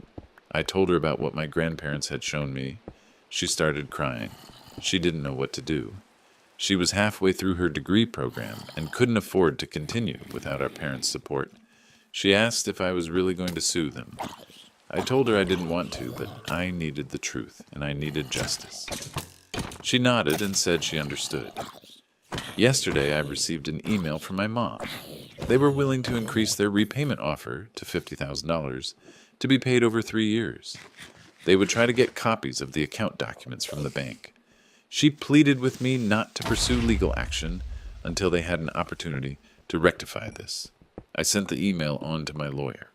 He considered the increased offer a sign they were now taking this seriously, but it was still significantly less than what I was probably owed, particularly if they had used the money for reasons other than my sister's education. He recommended I wait and see what documents they supplied before deciding on the offer. So that's the current situation. I'm awaiting my parents to furnish the documents they promised. My lawyer is preparing a lawsuit in case they don't. My sister's caught in the middle, concerned about her education and the family fracturing. My grandparents are dismayed that their wishes for my education weren't respected, and I'm still working 2 jobs, attempting to save sufficient money to perhaps begin taking classes part-time next semester, while also handling all of this. I still haven't been sleeping soundly. The additional work hours aren't assisting with that. But at least now I feel like I'm making headway towards some form of resolution. I don't know if my connection with my parents can ever be mended after this, but I know I cannot simply let it go. Not when they took something that was truly mine and misrepresented it for years. Not when they observed me struggle while they utilized my money for their own intentions. Not when they provided my sister with opportunities they withheld from me. I need the truth. I need justice. And I need the opportunity for education that ought to have been mine from the start. Update 3. Another 2 weeks have gone by. My parents eventually supplied some of the papers I asked for. They forwarded copies of the initial account setup, statements from different years, and the transfer documentation from 4 years prior. My lawyer examined everything. What we uncovered was worse than I had imagined. The account was not merely a college fund established by my parents. It was a trust created by my grandparents specifically for my schooling. They set it up when I was born with an initial deposit of $25,000. The trust terms specified that the money was to be utilized solely for my educational costs. My parents were designated as trustees until I reached 18, at which time I was meant to become the primary beneficiary with direct access. The statements revealed consistent deposits from my grandparents throughout the years. There were also smaller deposits from my parents, though not as steady. There were also smaller deposits from my parents, though not as steady. When my paternal grandparents passed away when I was 12, a part of their life insurance funds was added to the trust too. By the time I finished high school, the account had over $103,000 in it. This is where it truly gets bad. Based on the transfer documents, when I reached 18, my parents visited the bank and somehow persuaded them to transfer the trusteeship to them indefinitely, instead of releasing it to me as outlined in the initial papers. They asserted I was mentally unable to manage the funds. They falsified papers stating I had some form of cognitive disability that hindered me from making financial choices. They arranged for a doctor to approve this. I have no clue who this doctor is or how they managed to get him to do it, because I've never received a diagnosis for any cognitive disability.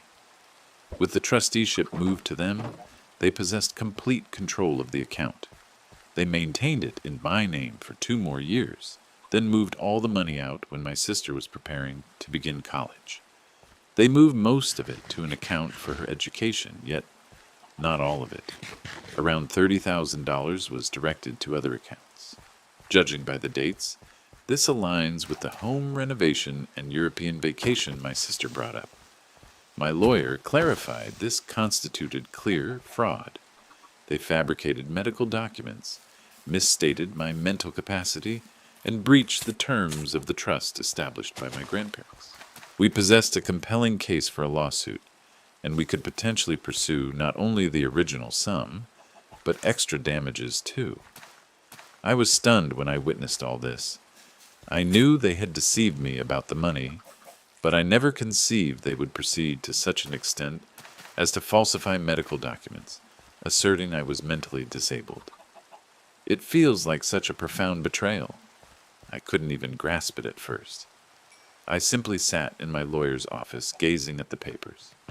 My lawyer proposed we grant my parents one more opportunity to settle this before initiating a lawsuit. He prepared a demand letter detailing precisely what we had uncovered and what we knew they had committed. He requested full reimbursement of the initial $103,000 along with an extra $30,000 to cover what they had redirected for non-educational reasons, plus interest on the whole sum for the 4 years since they moved it. The total amounted to just over $150,000. He granted them 10 days to consent to a repayment plan or confront a lawsuit. I dispatched the letter certified mail once more. 2 days later, I received a call from a number I did not recognize. It was an attorney representing my parents. They wished to discuss a settlement. My lawyer cautioned me not to speak to their attorney directly and stated he would manage all communications moving forward. The 2 attorneys conversed the following day. My lawyer telephoned me afterward to inform me. My parents were now presenting $75,000 as a settlement, to be paid in monthly installments over 5 years. He advised me to decline this offer as still inadequate, considering what we now knew. He suggested countering with a demand for the full $150,000, but with a more extended payment plan, if necessary. While the lawyer spoke, my sister called me, saying she was thinking of dropping out and getting a job to help pay me back. I told her not to drop out. This mess wasn't her fault. I assured her we would work something out that wouldn't ruin her education. She thanked me for that and expressed how angry she was at our parents for putting us in this position. She moved out of their house and is staying with a friend because she couldn't bear to be around them after learning what they had done. I'm exhausted from all of this and need to rest now. I'll provide an update when I have more information about what happens with the settlement negotiations. Right now, I can barely keep my eyes open after working both jobs and handling all this legal and family drama. Thanks for reading this far. I'll be back with more when I'm able. Get ready, because the next story is even worse. I discovered I was pregnant roughly 3 months ago. I didn't inform anyone besides my husband Jason, as we had been attempting to conceive for 5 years without success. I experienced a miscarriage 2 years prior and wished to avoid getting my hopes high or managing everyone's expectations this time. The doctor mentioned everything appeared fine, but advised caution due to my history. My younger sister Bonnie declared her pregnancy at approximately the same time. She is 25. I am 32. She informed everyone immediately, including our parents. A large family dinner took place where everyone offered their congratulations to her. I remained seated and uttered nothing regarding my personal situation. 2 months back, Bonnie reached out to me concerning her baby shower. In her view, as her elder sister, it was my duty to arrange and fund it. I did not dispute this with her. I've consistently handled matters for her, and our parents have perpetually expected me to. That is how it has been since we were children. I consented to arrange and fund it, despite Jason believing it was unjust. I dedicated weeks to planning every detail. I located a venue, ordered adornments, coordinated catering, and dispatched invitations.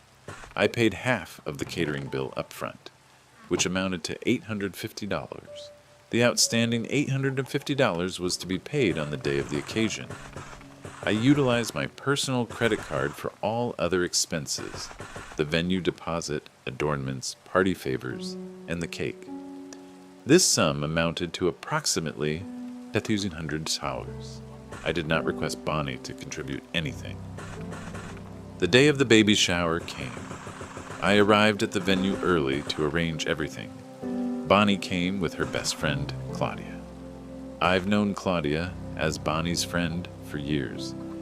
We were never close, but we were always polite to each other. Bonnie's other friends arrived, our mother came, some aunts and female cousins showed up. Roughly 30 people in total. Everything was going smoothly for the first hour. We played some games, Bonnie unwrapped presents, people ate food from the catering, then Claudia started drinking. The venue permitted alcohol, and we had wine and champagne available. Claudia had several glasses of champagne very quickly. I was standing near the gift table when Claudia approached me. She started talking loudly about how challenging it must be for me to organize a baby shower when I couldn't have children myself. She mentioned my miscarriage specifically. She commented about how Bonnie was going to be a mother before me despite being younger. She continued, getting louder, questioning if I was envious of my sister. Other guests began looking at us.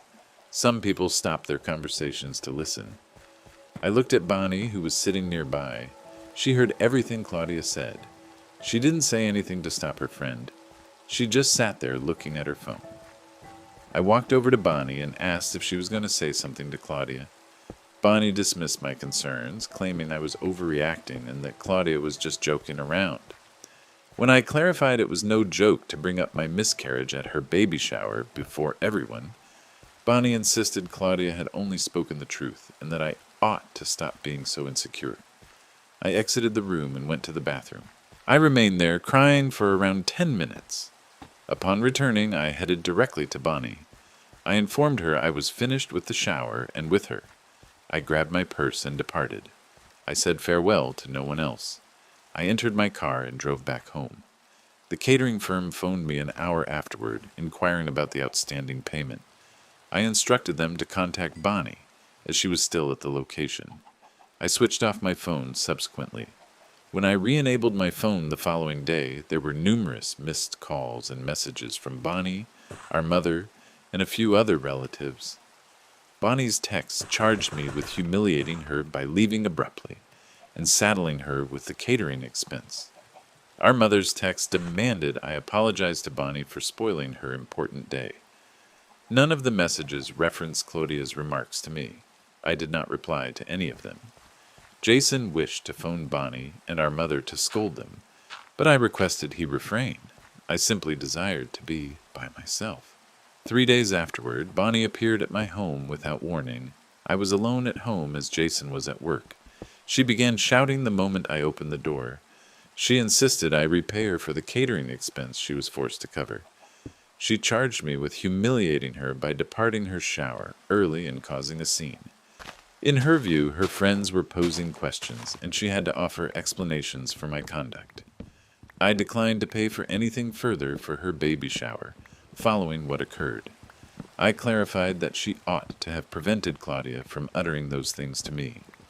I made it evident that she should be offering apologies to me, not requesting funds. Bonnie defended Claudia, asserting she was inebriated and meant nothing by it. She charged me with being overly sensitive. She would not critique her closest friend simply to make me feel improved. She even implied that if I possessed children of my own, I would grasp the significance of companionship. I instructed her to depart my residence. She initially declined, persisting in her demand for the catering funds. When I menaced to contact the authorities if she did not depart, she eventually left. As she proceeded to her vehicle, she yelled that I was an awful sister, and she did not desire me near her infant upon its birth. Our mother telephoned me that evening. She asserted I ought to repay Bonnie for the catering and offer apologies for exiting. In her opinion, Bonnie was expectant and should not be distressed in her state. She charged me with being self-centered. She did not mention Claudia whatsoever, so I inquired if Bonnie had informed her of the events. She asserted Bonnie told her I became offended over naught and caused a disturbance. I attempted to clarify what truly transpired, but she continually interrupted me. Ultimately, I ended the call with her. The following day, I began receiving messages from extended family members.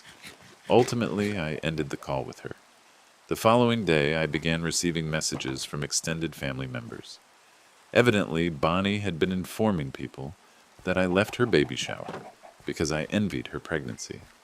Certain relatives sided with her instantly without inquiring about my account. Others appeared uncertain and were checking to confirm if I was all right. I did not reply to the majority of them. To a couple of cousins I am closer to, I concisely explained the true events. They offered support and expressed anger on my behalf. A week has passed since then. Bonnie persists in texting me, insisting on the catering funds. Our mother repeatedly calls, leaving voice messages about how I must reconcile with my sister. Our father has remained silent. He never intervenes in disagreements among me, Bonnie, and our mother. I still have not informed any of them about my pregnancy. Only Jason is aware. My 12-week appointment is scheduled for tomorrow. If all appears well, we had intended to begin informing family. Currently, I am unsure what course of action to take. I do not wish for Bonnie or my mother to be part of my pregnancy given how they have treated me.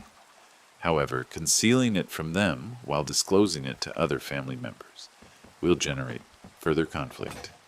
Jason proposes I should sever ties with them entirely, at least until they offer an apology. I am contemplating it. I am weary of constantly being expected to look after Bonnie, spend funds on her, and then be dealt with in this manner. I am weary of our mother consistently favoring her. The most difficult aspect is that no one appears to care about how painful it was to have my miscarriage brought up publicly. No one apart from Jason has recognized how unsuitable Claudia's conduct was, or how incorrect it was for Bonnie to defend her rather than me. I no longer even care about the funds I expended on the shower. I simply desire an apology. I wish for someone to acknowledge that what occurred to me was unacceptable. However, I do not believe I will receive that. Consequently, I now must decide whether to attempt to move beyond this for the sake of family harmony, or to hold my position and manage the consequences. Update 1. It has been 3 weeks since the baby shower incident. Much has transpired, and I need to elucidate some points from my initial post. Firstly, regarding the monetary arrangement for the shower. Bonnie explicitly stated it was my obligation, as the elder sister, to host and fund her baby shower. Those were her precise words. She did not request me to contribute or assist. She informed me it was my task to manage all aspects. Our mother supported her on this, asserting it was tradition. I had never encountered this tradition previously, but I concurred, because that is what I have consistently done. Looked after Bonnie and shunned discord. I had remitted approximately $250 in total at that juncture. $200 for the venue, embellishments, and all other items, in addition to the $850 deposit to the caterer. The outstanding $850 for the caterer was slated for payment at the conclusion of the event. That's the sum I declined to pay following what transpired, and the amount Bonnie is insisting I compensate her for. Following my previous post, the circumstances intensified. Bonnie continued messaging me numerous times daily regarding the funds.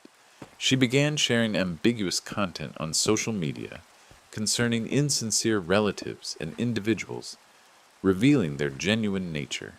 She did not mention me explicitly, but anyone familiar with us would comprehend whom she was referring to. Our mother telephoned me nearly every day, leaving progressively irate voicemails. In her view, I was fracturing the family over a handful of inconsiderate remarks, and ought to mature and be the more understanding individual. She asserted Bonnie was experiencing strain due to her pregnancy, and I needed to grasp that. Jason had been enraged by the entire predicament from the outset. After listening to Bonnie and my mother's persistent badgering concerning the money, he opted to act without informing me.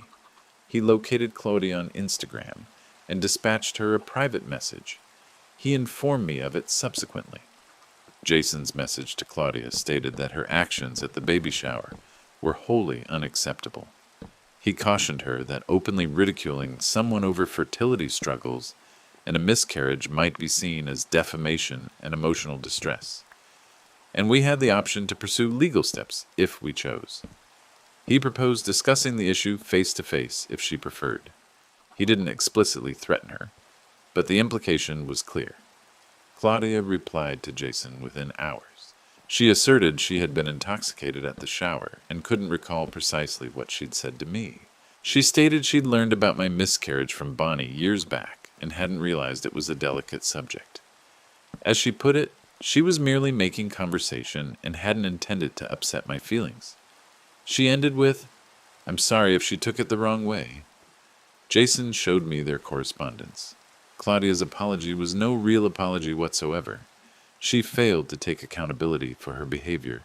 She blamed alcohol, cited memory loss, and employed the classic, "sorry if you were offended" non-apology.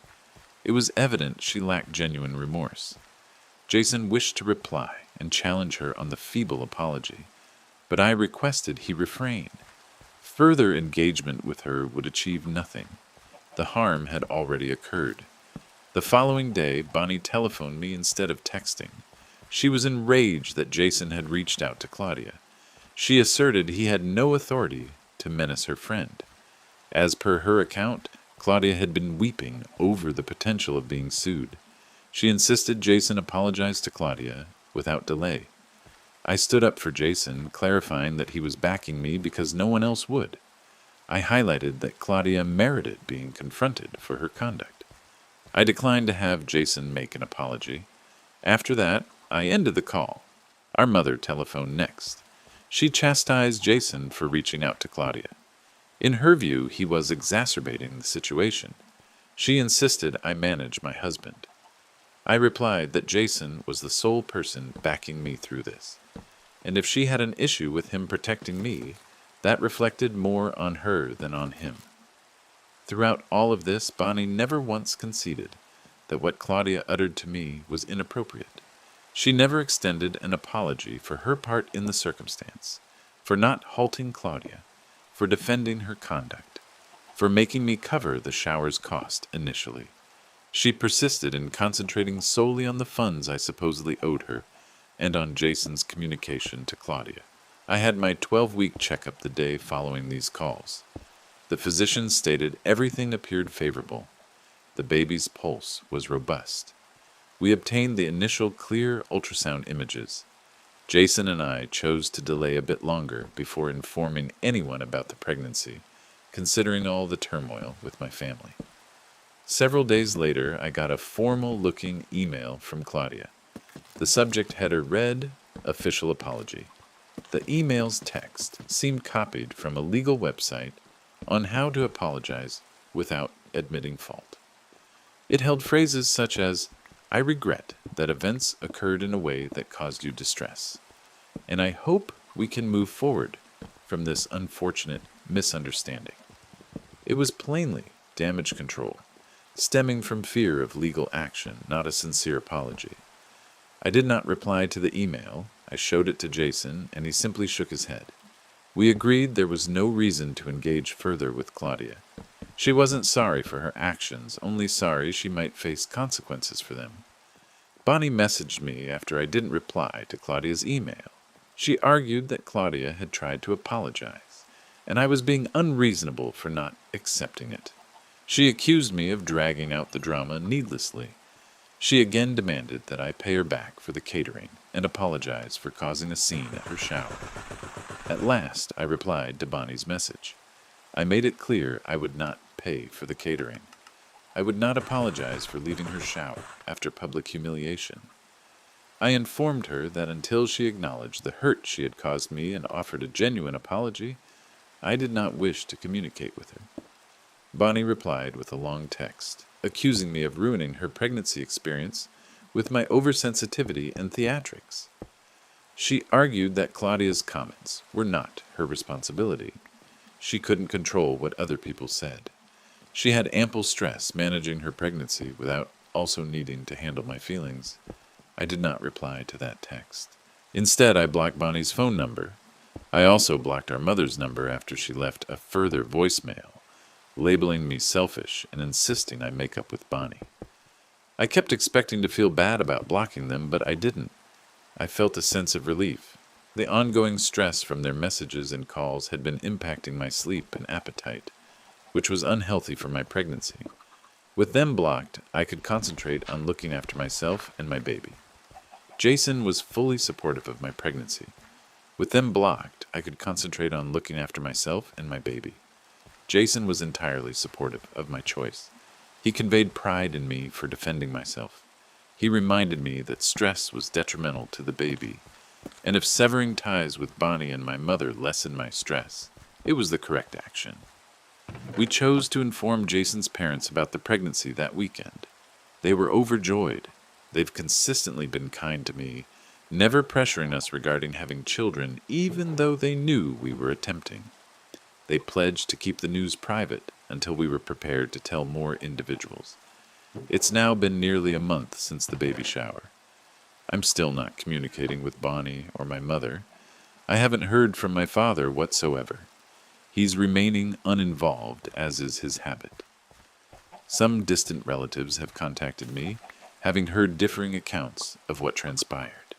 I've been concise yet truthful in my replies, aiming to avoid escalating this into a larger family conflict by revealing every detail. My pregnancy is advancing favorably. I'm beginning to show slightly. Jason and I have begun talking about names and arranging the nursery. Despite all the issues with my family, I'm striving to remain optimistic and concentrate on my baby's well-being. I'm unsure what the long-term outcome will be with Bonnie and my mother. Second update. 2 months have passed since my previous update. I am now 20 weeks pregnant and just underwent my anatomy scan yesterday. All seems well with the baby. We discovered we are expecting a girl. Jason was present with me at the appointment and became emotional when the technician informed us. We still haven't informed my family about the pregnancy. I also began wearing very loose clothing, such as hoodies, to conceal my pregnancy. After I blocked Bonnie and my mother on my phone, they began reaching out via other channels. Bonnie set up fresh Instagram and Facebook profiles to message me once I had blocked her initial accounts. My mother had relatives contact me for her. My father eventually called one time, but solely to inquire when I would move past this and reconcile with my sister and mother. I clarified to my father what truly occurred at the baby shower. I informed him about Claudia's remarks concerning my miscarriage and fertility problems, and about Bonnie defending Claudia rather than me, while demanding money and apologies subsequently. He listened quietly and then offered that, although he grasped why I was distressed, family is family, and I should discover a path to pardon them. He listened quietly, and then offered that, although he grasped why I was distressed, family is family, and I should discover a path to pardon them. He never brought up the point that they hadn't apologized or displayed any regret. He simply desired the disagreement to cease because it was awkward for him. I told him I'd think about it, but I had no plan to contact them. 2 weeks after my last update, Bonnie appeared at my place of work. I work at a marketing agency in a downtown office structure. She arrived at the front desk and inquired about me. The receptionist dialed my extension. I was engaged in a client meeting then, so I did not respond. Bonnie informed the receptionist she was my sibling, and it constituted an emergency. The worried receptionist broke into my meeting to let me know. I apologized to the clients and proceeded to the reception space. Bonnie was sitting there, clearly pregnant, roughly 5 to 6 months along.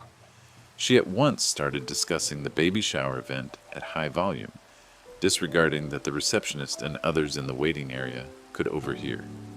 She once more insisted I reimburse her for the catering and apologize for exiting. She blamed me for spoiling her pregnancy journey with my theatrics. I told her this was not the appropriate venue for personal discussions. I requested her departure. She declined. She maintained she wouldn't depart until I consented to reimburse her. I cautioned her I would summon security if she failed to leave willingly. She persisted in speaking loudly about my perceived selfishness. The receptionist, feeling uneasy with the circumstance, summoned security without my prompting. A security officer appeared and requested Bonnie's departure. She first declined, asserting her right to speak with her sister. The officer clarified that this was private premises and she might be forcibly escorted out if required. She eventually consented to depart, but kept causing a commotion as the officer led her out, yelling that I was a dreadful sister, envious of her pregnancy.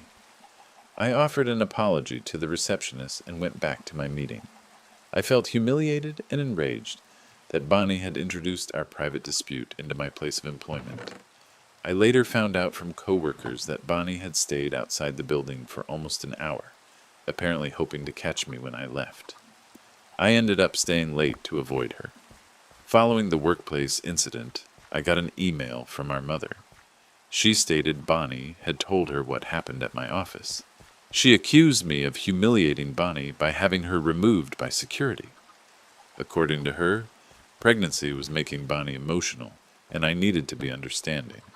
She again demanded that I apologize to Bonnie and reimburse her for the catering. She suggested we all meet for dinner to resolve the issue. I didn't reply to the email. Instead, I spoke with Jason about possibly moving.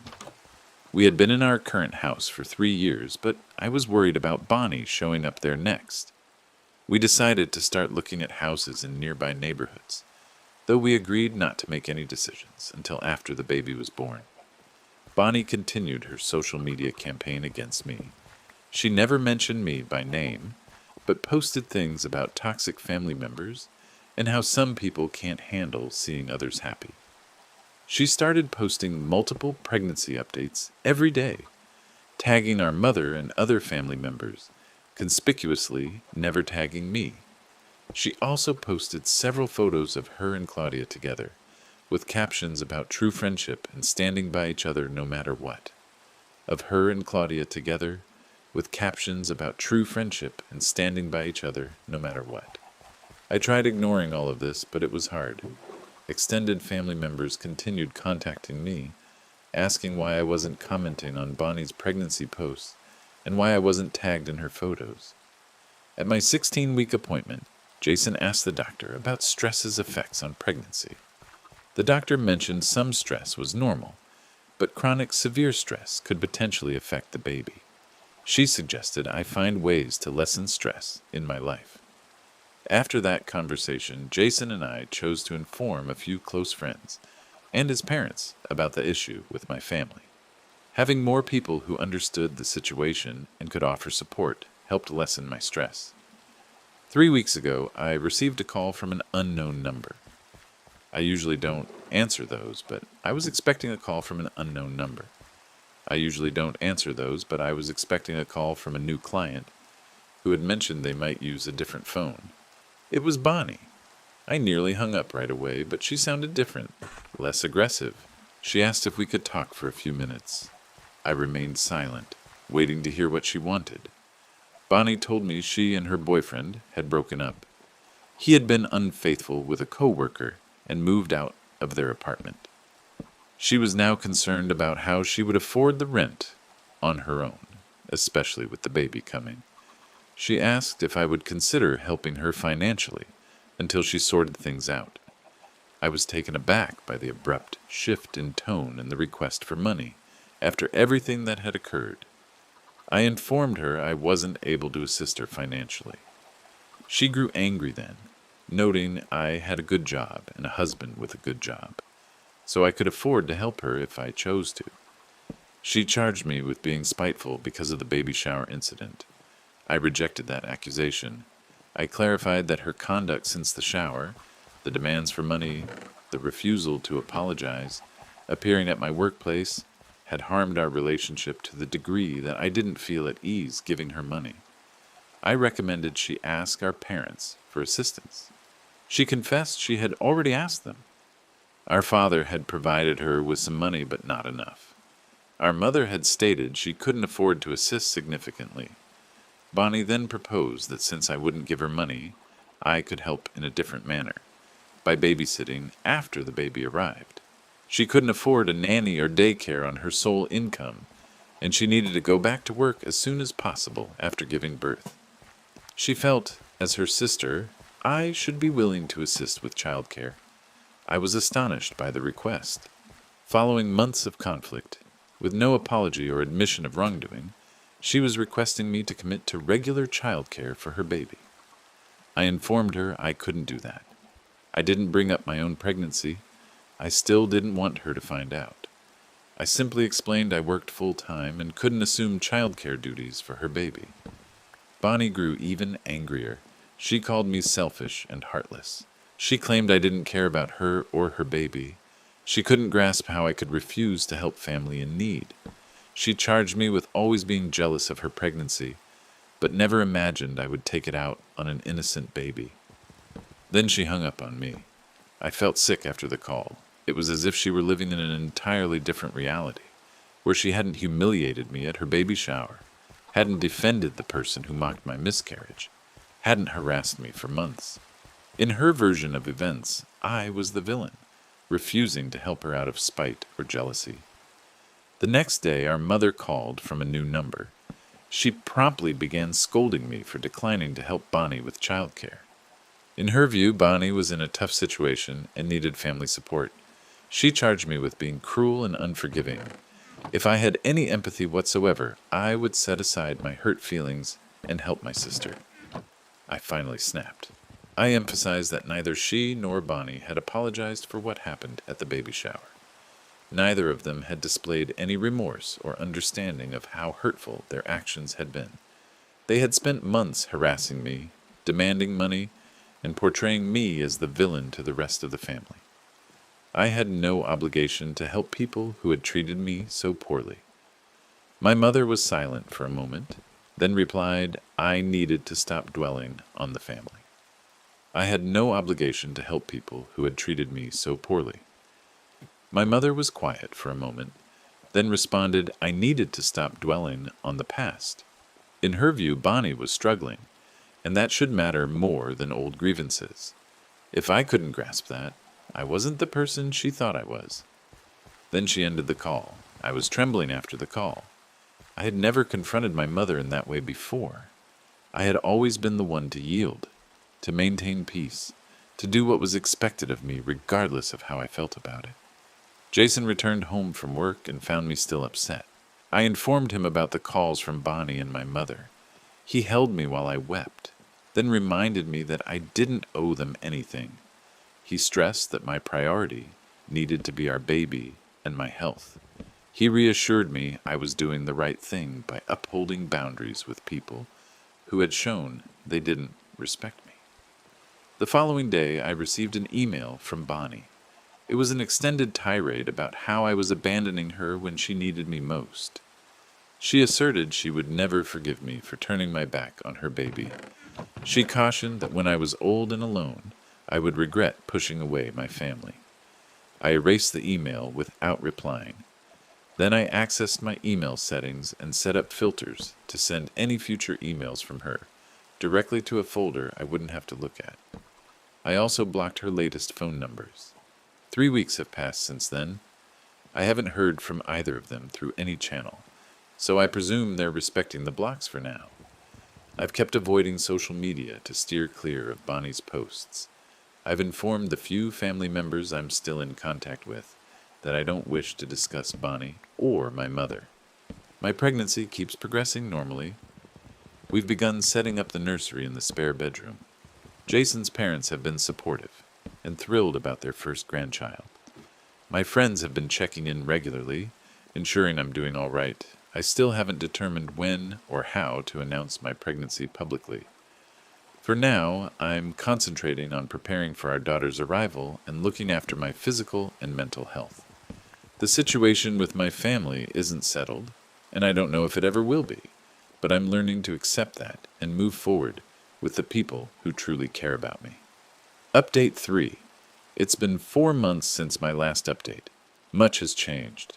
My daughter Eliza was born 3 weeks ago. The birth proceeded smoothly. I was in labor for around 12 hours, and there were no complications. Jason was with me the entire time, and his parents came to the hospital the next day to meet their granddaughter. Throughout my 3rd trimester, I stayed completely no contact with Bonnie and my mother. I learned through a cousin that Bonnie had her baby, a boy, approximately 7 weeks before I had Eliza. Evidently, she moved back in with our parents following the birth because she couldn't afford her apartment any longer. My father has been assisting her financially, and my mother has been helping with the baby. I'm unaware of what occurred with her childcare situation since I declined to babysit. We eventually announced my pregnancy and Eliza's birth concurrently, sharing a simple photo on social media of her tiny hand clutching my finger. We didn't show her face for privacy reasons. The caption simply stated her name, birth date, weight, and that we were overjoyed to welcome her to our family. I didn't specifically prevent Bonnie or my mother from seeing the post, but as they were blocked on all my accounts, they wouldn't have seen it directly. 2 days following the announcement, my father called. It was the first time I had heard from him since our discussion about moving past the baby shower incident months ago. He sounded astonished. He wished to know why I hadn't informed him I was pregnant. He had just learned from my aunt who had seen the announcement. He conveyed hurt at discovering his new granddaughter from someone else. I reminded him that he had sided with Bonnie and my mother in the conflict, without completely comprehending what had transpired. He had never reached out to check on me or to hear my side of the story in detail. He had never shown any interest in my life except when it intersected with family drama. I questioned why he thought I would share such personal news with someone who had consistently shown they didn't care about my well-being. He was quiet for a moment, then claimed he did care about me. He just didn't like to get involved in women's squabbles. His exact words: he assumed I would have told him about the pregnancy regardless of the situation with Bonnie and my mother. He believed he had a right to know about his grandchildren. I explained that no one had a right to information about my life or access to my child. Relationships were built on mutual respect and support, and he had provided neither during one of the most difficult periods of my life. If he wanted to be involved with Eliza, he would need to demonstrate that he could be a positive presence in our lives. He changed the subject then. He informed me my mother and Bonnie were upset about not knowing about the pregnancy or birth. They had called him crying after seeing the announcement through mutual friends. They felt blindsided and hurt. He asked me to consider reaching out to them, for the sake of the cousins growing up together, if nothing else. I made it clear I had no intention of contacting either of them. They had made their feelings about me very clear over the past months. They had never apologized for their actions or expressed any regret. My main goal was protecting myself and my daughter from people who had shown such disregard for my feelings. He attempted to guilt me by talking about family legacy and how the children would suffer if they didn't know their relatives.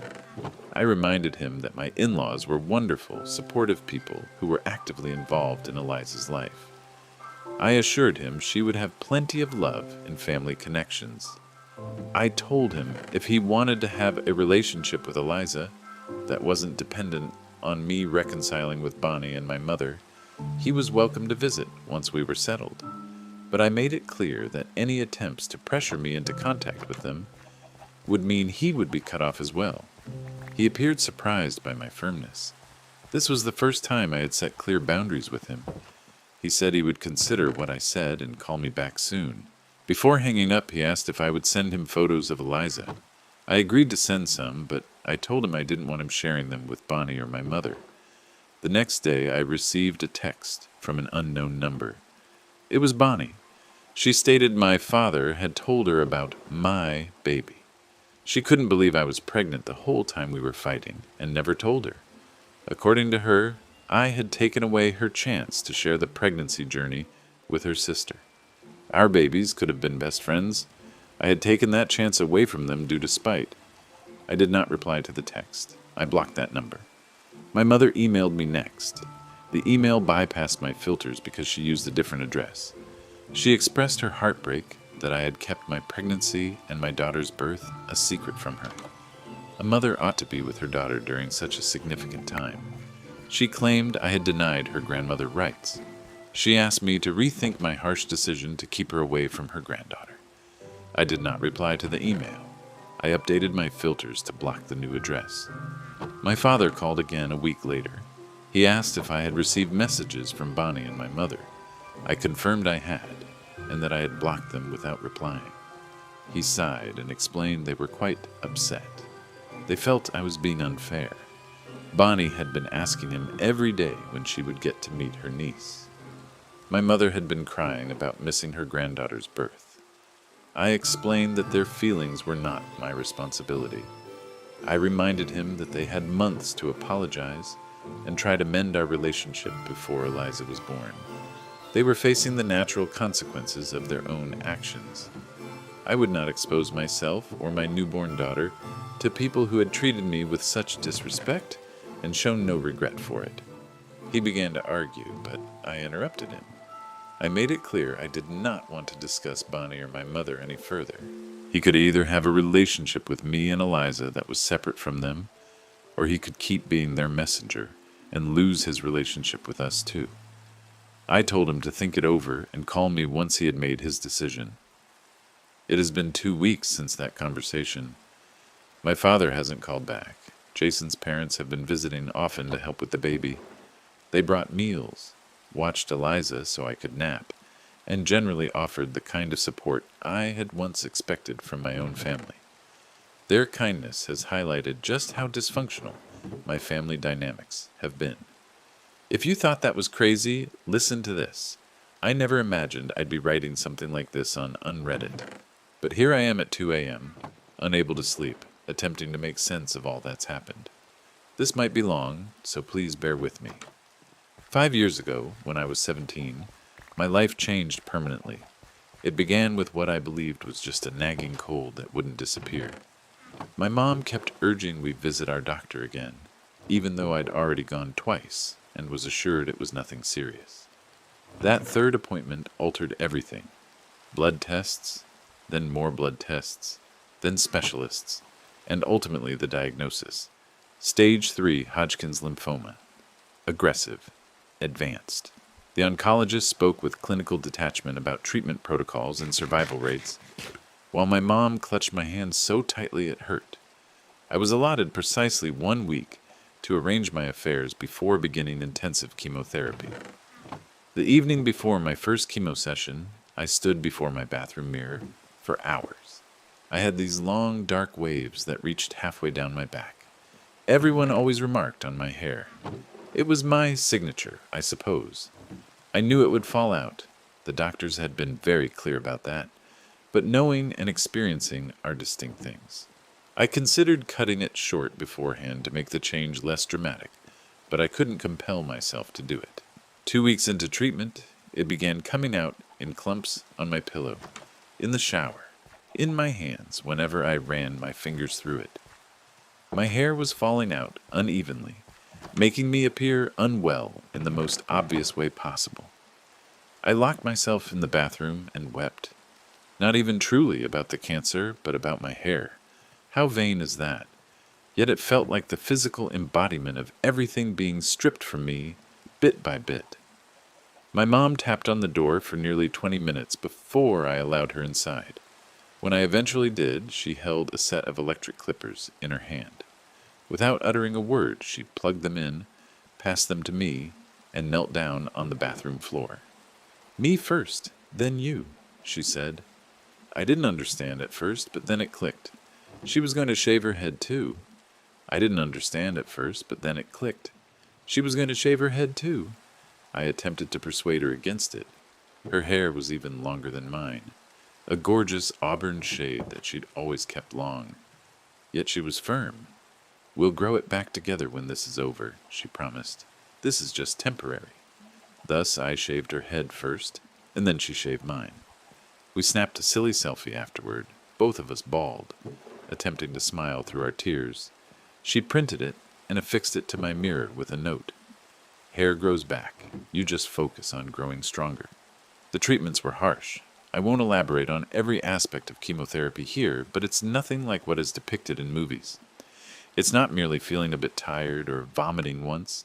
It's your whole body working against you, losing the ability to function correctly. I spent more time in the hospital than at home.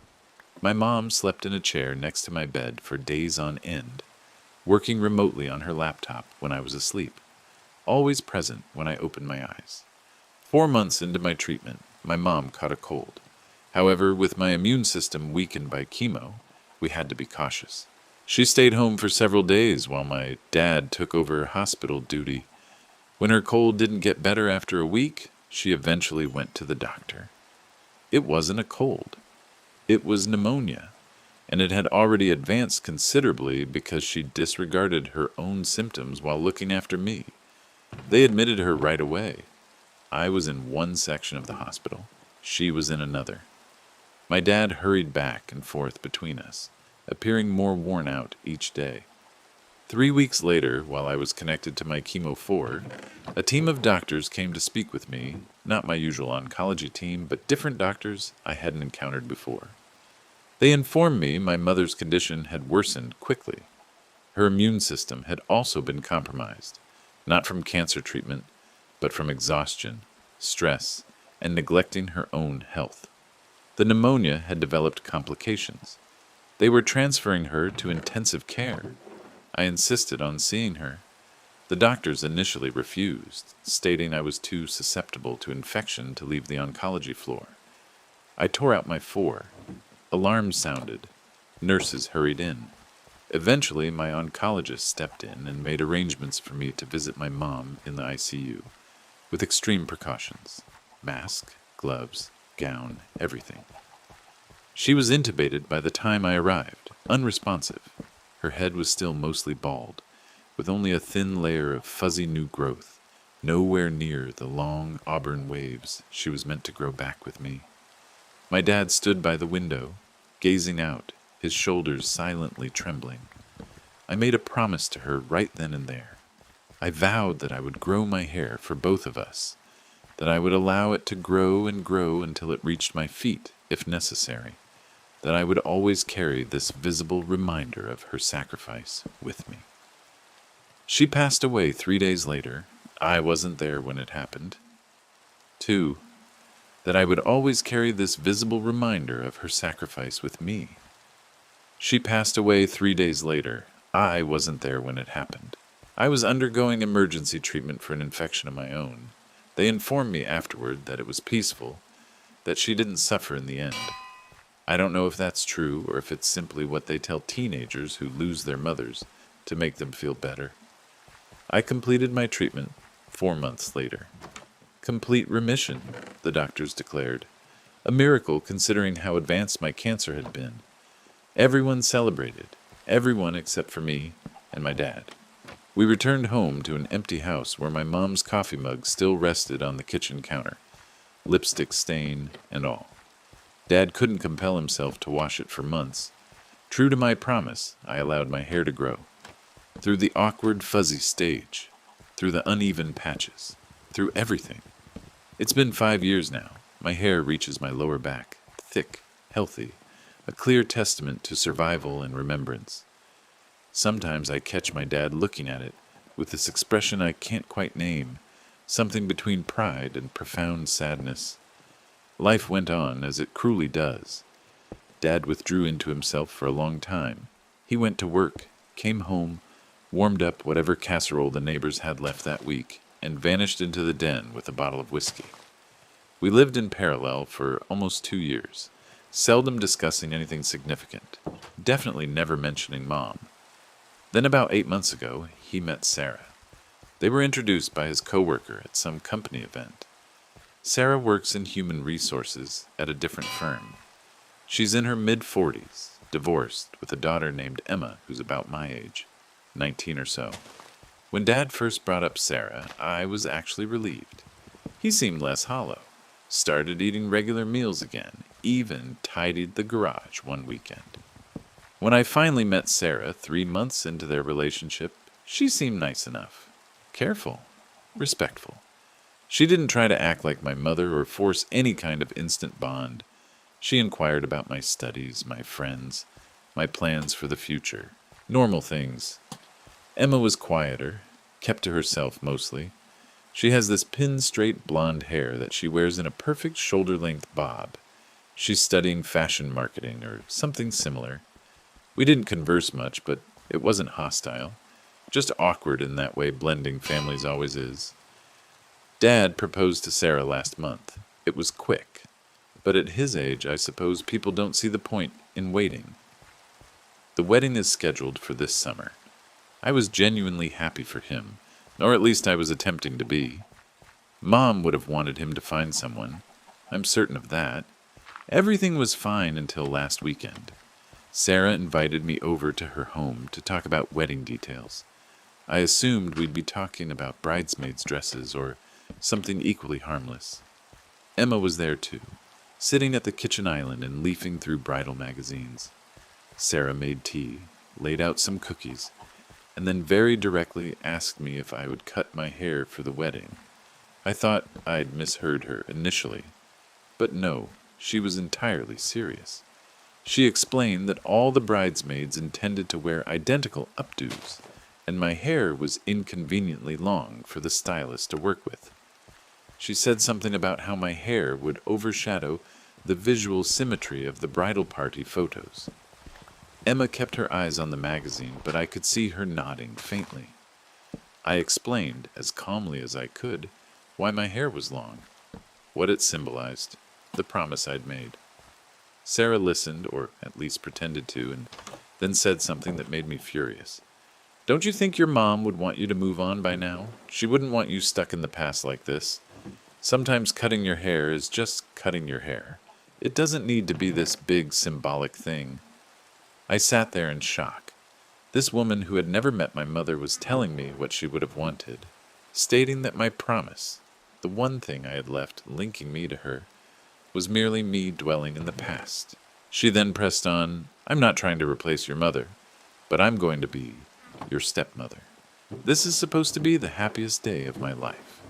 Is a haircut really too much to ask? For one day? For family harmony?" I said nothing. I simply rose and departed. Sarah called after me, claiming I was being childish and dramatic. By the time I arrived home, she had already telephoned my dad. He was awaiting my return, appearing weary and conflicted. "Perhaps you could simply think about it," I murmured softly. "Just this once. Just for the wedding. It would mean a great deal to Sarah, and it would simplify matters for everyone." "Easier for everyone or easier for you?" I asked him. He didn't answer that.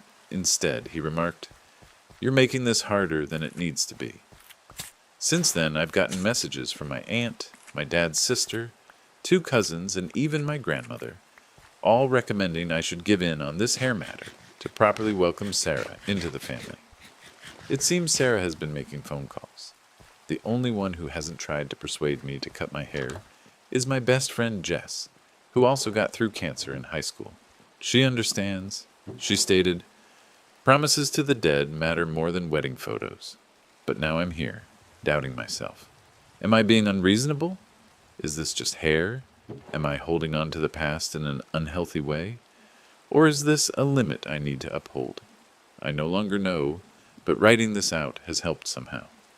If you've read this far, thank you for listening to a stranger talk about hair and death and stepmothers.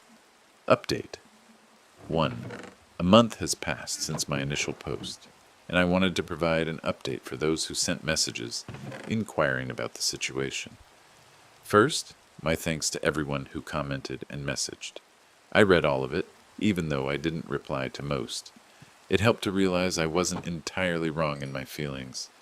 Things have turned for the worse, not improved. 3 days after my last post, my cousin Ellie sent me screenshots of a group chat I wasn't aware of. My last post, my cousin Ellie sent me screenshots of a group chat I wasn't aware of. Sarah had made it, including various members of my family. Aunts, uncles, cousins, even my dad's parents, but notably left me out. The chat was titled, "Wedding Planning and Family Concerns." The screenshot showed Sarah offering her version of our conversation about my hair, portraying herself as the victim of my inflexibility and refusal to accept new family dynamics.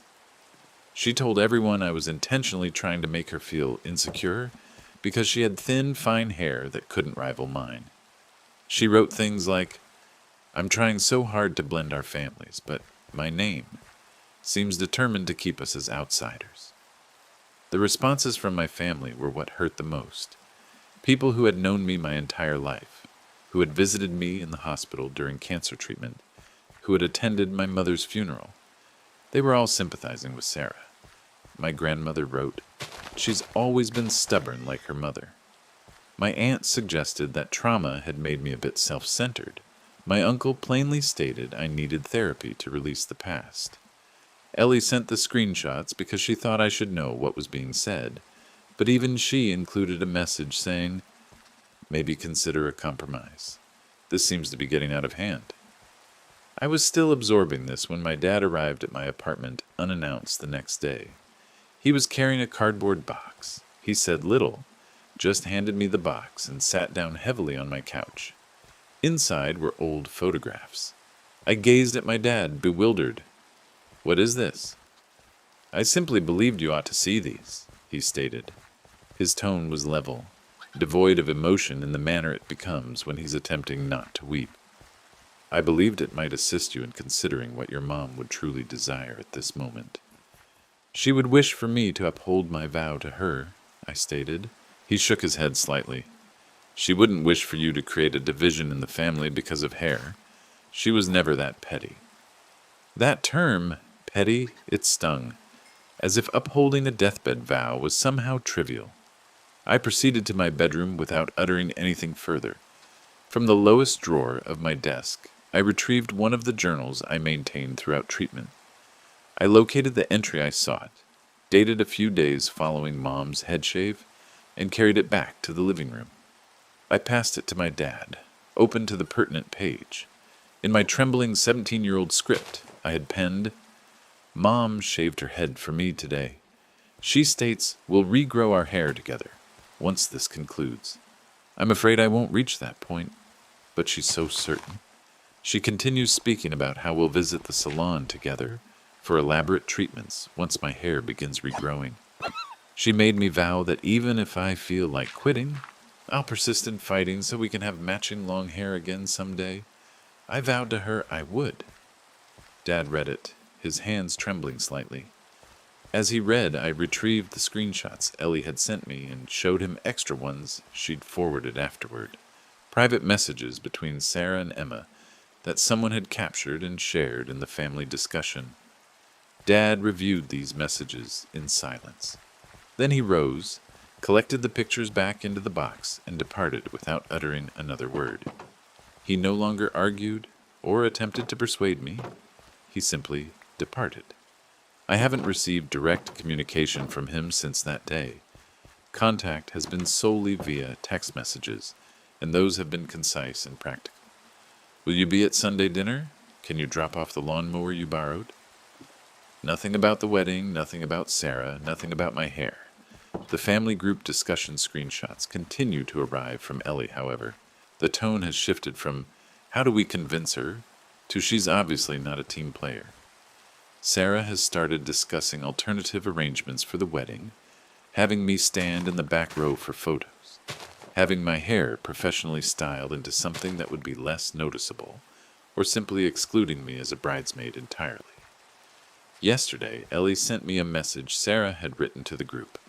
At this point, I'm beginning to question if my name should even be present. This is supposed to be a celebration, not a memorial service. Her adherence to her deceased mother's desires is overshadowing everything. Not a single person in the family discussion raised an objection to this remark. Not one person. I've begun to avoid family get-togethers. I've ceased answering calls from family members.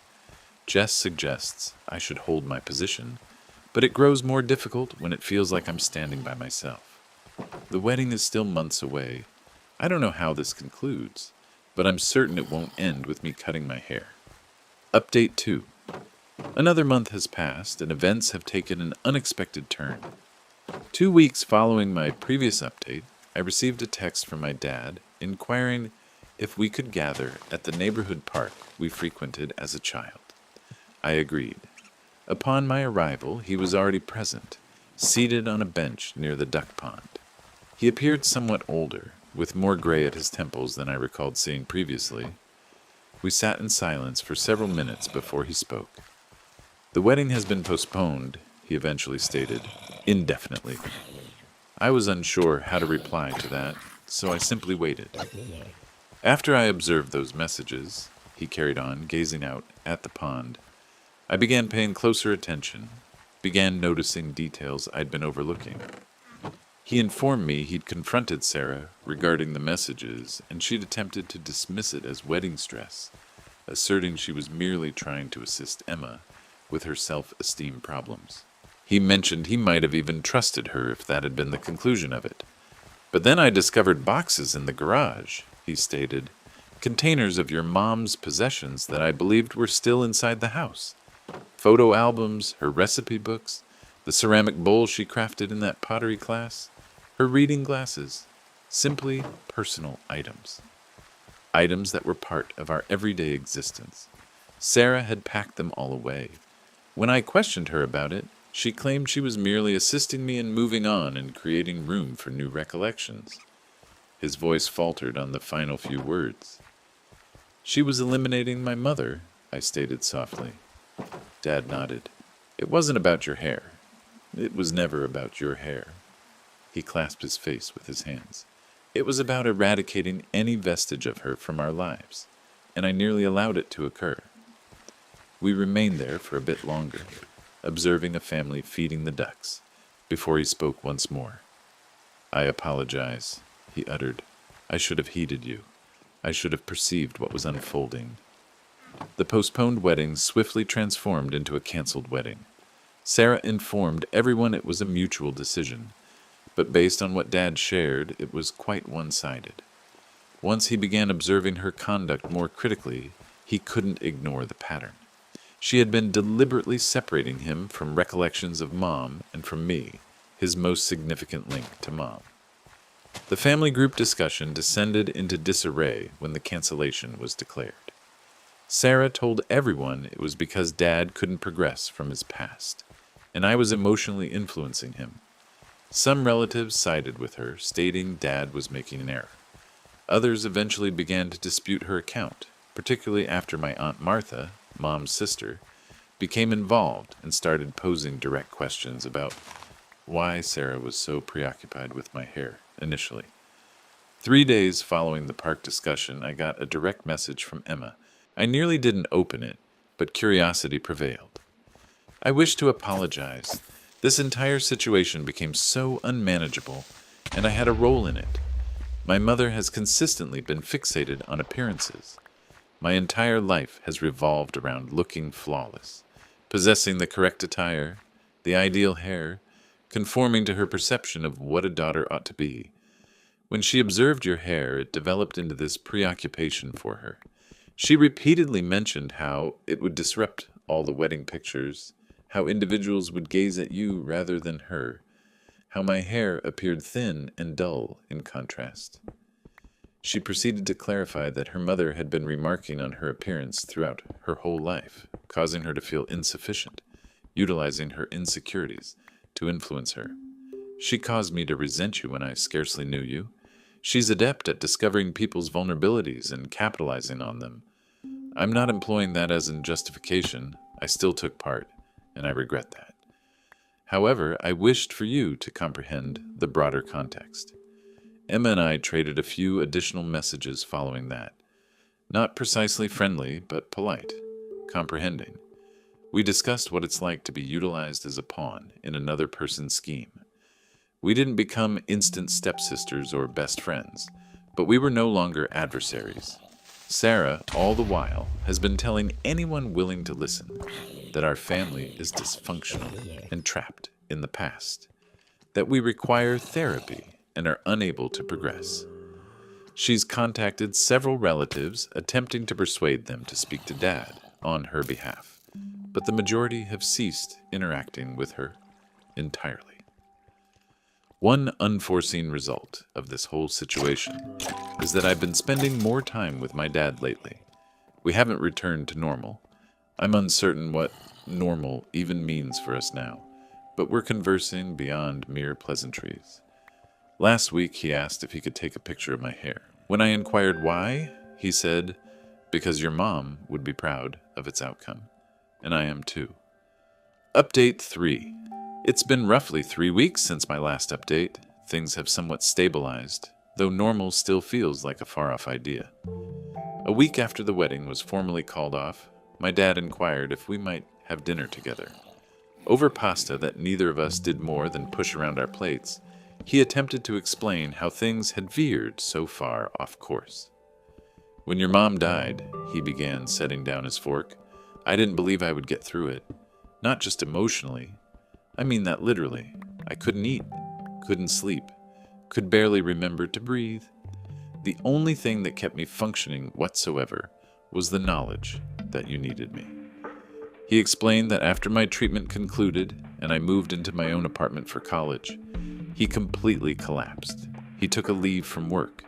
He hardly left the house for weeks on end. When I met Sarah, he mentioned, it was like suddenly being able to breathe once more. She was organized, practical, decisive, everything I could no longer manage to be. She managed everything. She settled bills I'd overlooked. She summoned repairmen for items I'd allowed to break. She prepared proper meals instead of the cereal I'd been subsisting on. I felt like I was rejoining humanity. He admitted he saw the warning signs, her mild criticisms of how the house was decorated by Mom, her suggestions that certain photographs be relocated to less visible spots, her remarks about how some individuals never move forward, but he disregarded them because he dreaded returning to that dark state he'd been in prior to her. "I knew she was attempting to erase your mother," he said. "To a degree, I was aware. But I convinced myself it was normal, that new partners always wish to leave their own mark on things. I convinced myself it was healthy to store away some of the mementos. I convinced myself of many things so I wouldn't have to confront losing someone once more, even if that someone was merely an unhealthy relationship." He said that when the conflict regarding my hair started, he reverted to what had become his typical modus operandi: keep Sarah happy at any price. He urged me to yield because it was simpler than confronting her, simpler than jeopardizing the loss of this vital support he'd grown reliant on. "I'm not proud of it," he stated. "I prioritize my need for stability over your need for support, over your commitment to your mother, my wife." His eyes welled with tears. "I let both of you down." I didn't forgive him right away. The pain was still too fresh for that. But I did reach across the table and place my hand over his, and we remained like that for quite a while. He informed me he began seeing a therapist, not joint counseling with Sarah, which she had seemingly proposed as a final attempt to rescue the relationship, but individual therapy to process his grief and issues with dependence. He's only attended 2 sessions thus far, but he mentioned it's already helping him realize how he's been relying on relationships as a prop instead of addressing his pain. Emma departed Sarah's house last week. She didn't reach out to me directly regarding it, but she did share on social media that she was starting fresh and learning to define myself on my own terms. She's residing with her father now, from what I can discern. I sent her a short message wishing her good fortune, and she replied with comparable conciseness, but apparent sincerity. "Dad and I have discussed taking a journey together later this year to disperse some of Mom's ashes at the beach, where we had our final family holiday. We haven't established firm plans yet. We're both still discovering our balance in this renewed version of our relationship, but the discussion itself felt like advancement. Final update. It's been 6 months since this entire situation started, and almost 3 months since my previous update. This will likely be my concluding post on the subject, not because every issue is settled, but because life has transitioned into a fresh pattern that feels, if not normal, at least manageable. Sarah and my father have had no communication for more than 2 months now. Their last interaction occurred when she showed up unannounced at our residence. I've temporarily relocated back in with Dad, while my apartment complex undergoes significant renovations to retrieve a box of items she'd forgotten. Dad was at his job, so I was the person who had to handle her. She hardly glanced at me as I passed her the box Dad had prepared weeks prior. As she pivoted to depart, she hesitated. "I wasn't attempting to take your mother's place, you know," she stated without turning around. "I was simply trying to create room for myself." "By eliminating her," I responded. She subtly shook her head. "You wouldn't comprehend. You've never had to contend with a specter." Then she proceeded to her vehicle without glancing back. That short conversation has lingered with me. Thus, in her perception, she wasn't the antagonist. She was merely battling for her position. Therefore, this is where I conclude this narrative. My gratitude to those who tracked this saga, who provided encouragement and understanding. Documenting it here assisted more than you realize. At times, being witnessed is the most healing thing of all. But that's nothing compared to the next story. This isn't simple to write, partly because my leg is raised and throbbing, and partly because I'm still attempting to make sense of the sequence of events. I need to record this somewhere. Perhaps just to understand it myself. To explain, I reside in the basement apartment of my parents' home. I pay rent, manage my own unit bills, but it's technically their property. I'm 32, hold a respectable job in IT, entirely remote. I could afford my own residence with ease. The cause I remained here specifically came back to this setup roughly 18 months prior, was intricate yet practical. I was aware I required major knee surgery, ACL reconstruction stemming from an old sports injury that eventually failed entirely. The recovery was anticipated to be lengthy, particularly the initial weeks when I'd be non-weight-bearing and unable to drive. All my close friends reside many hours distant, spread across various states from college and past jobs. I don't truly possess a local support system apart from my immediate family. Hence, remaining here appeared sensible. My parents inhabit the main levels. My older brother and his wife reside nearby and visit constantly, virtually part of the household structure. Prior to scheduling the surgery, I held discussions with everyone. Clearly, I explained the timeline, the anticipated post-surgery limitations, especially the first week or two requiring help with simple tasks like meals, perhaps retrieving items from high shelves, handling the trash, possibly driving me to a follow-up appointment if needed. My parents agreed it was logical for me to recover here. My brother patted me on the shoulder and said, "Yeah, of course, we'll be here." My sister-in-law nodded, spoke of preparing casseroles. Everyone made it clear they understood and would help out. The agreement was that a combined effort would get me through the first challenging period. I scheduled the operation based on this promise, arranging time off with my job. The operation took place 3 days ago, on Tuesday. Medically, it was textbook. The surgeon was satisfied. The nerve block functioned. I was discharged Wednesday morning with crutches, a substantial brace locked straight, and a list of instructions. Ice, elevate, pain medication on schedule, minimal movement. My dad drove me home from the hospital. He helped me settle into my downstairs apartment, carried down a glass of water and my prescription bag, then returned upstairs. That was all right. I anticipated mostly sleeping the first day anyway. Thursday morning, the second day after surgery, I awoke around 9 a.m. The pain was setting in as the nerve block faded. I took my medication. The house upstairs was quiet, utterly quiet. I assumed perhaps they were being quiet for my sake, or maybe they'd left early for errands. I texted the family group chat around 10 a.m., requesting if someone could fetch me some more ice packs from the garage freezer when they had a moment, as the ones I had downstairs were melting. No response. By lunchtime, still quiet. No footsteps overhead, no TV noises, nothing. I required food and more water. Getting up was a difficult task. Using the crutches on the stairs demanded focus. I slowly ascended to the main kitchen. The house was deserted, not just quiet, vacant. Car absent from the driveway. No note on the counter. There was barely anything in the fridge. Some condiments, milk, leftovers from perhaps Monday night. Certainly no casseroles, no prepared meals, nothing reserved for me. It resembled a fridge before a long trip. I succeeded in getting a yogurt and an apple, attempting to balance them while maneuvering back down the stairs. Back in my unit, I inspected the group chat again. Still nothing. My text from the morning remained there, unread by anyone. I attempted calling my mom's cell. Voicemail. Attempted my dad. Voicemail. Attempted my brother. Rang multiple times, then voicemail. This felt incorrect. Not just neglectful, but deliberate. Why would the entire house be vacant the day after I specifically needed help?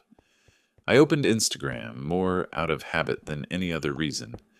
My sister-in-law had posted a story about an hour earlier. It was a brief video clip.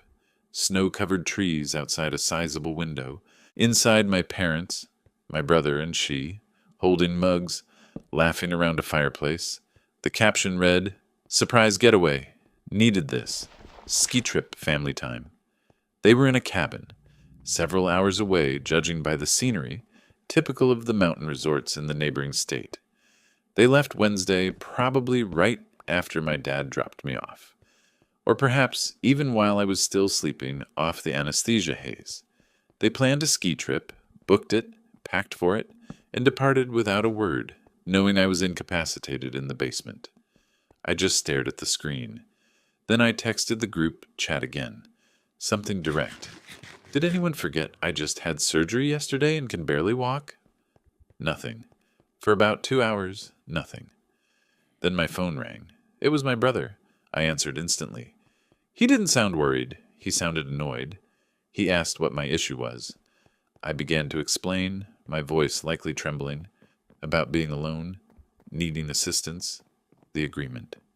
He interrupted me, told me to relax, said I was making everything about myself, that they simply needed a break and decided on a whim to get away for a few days. He said they'd return in a few days.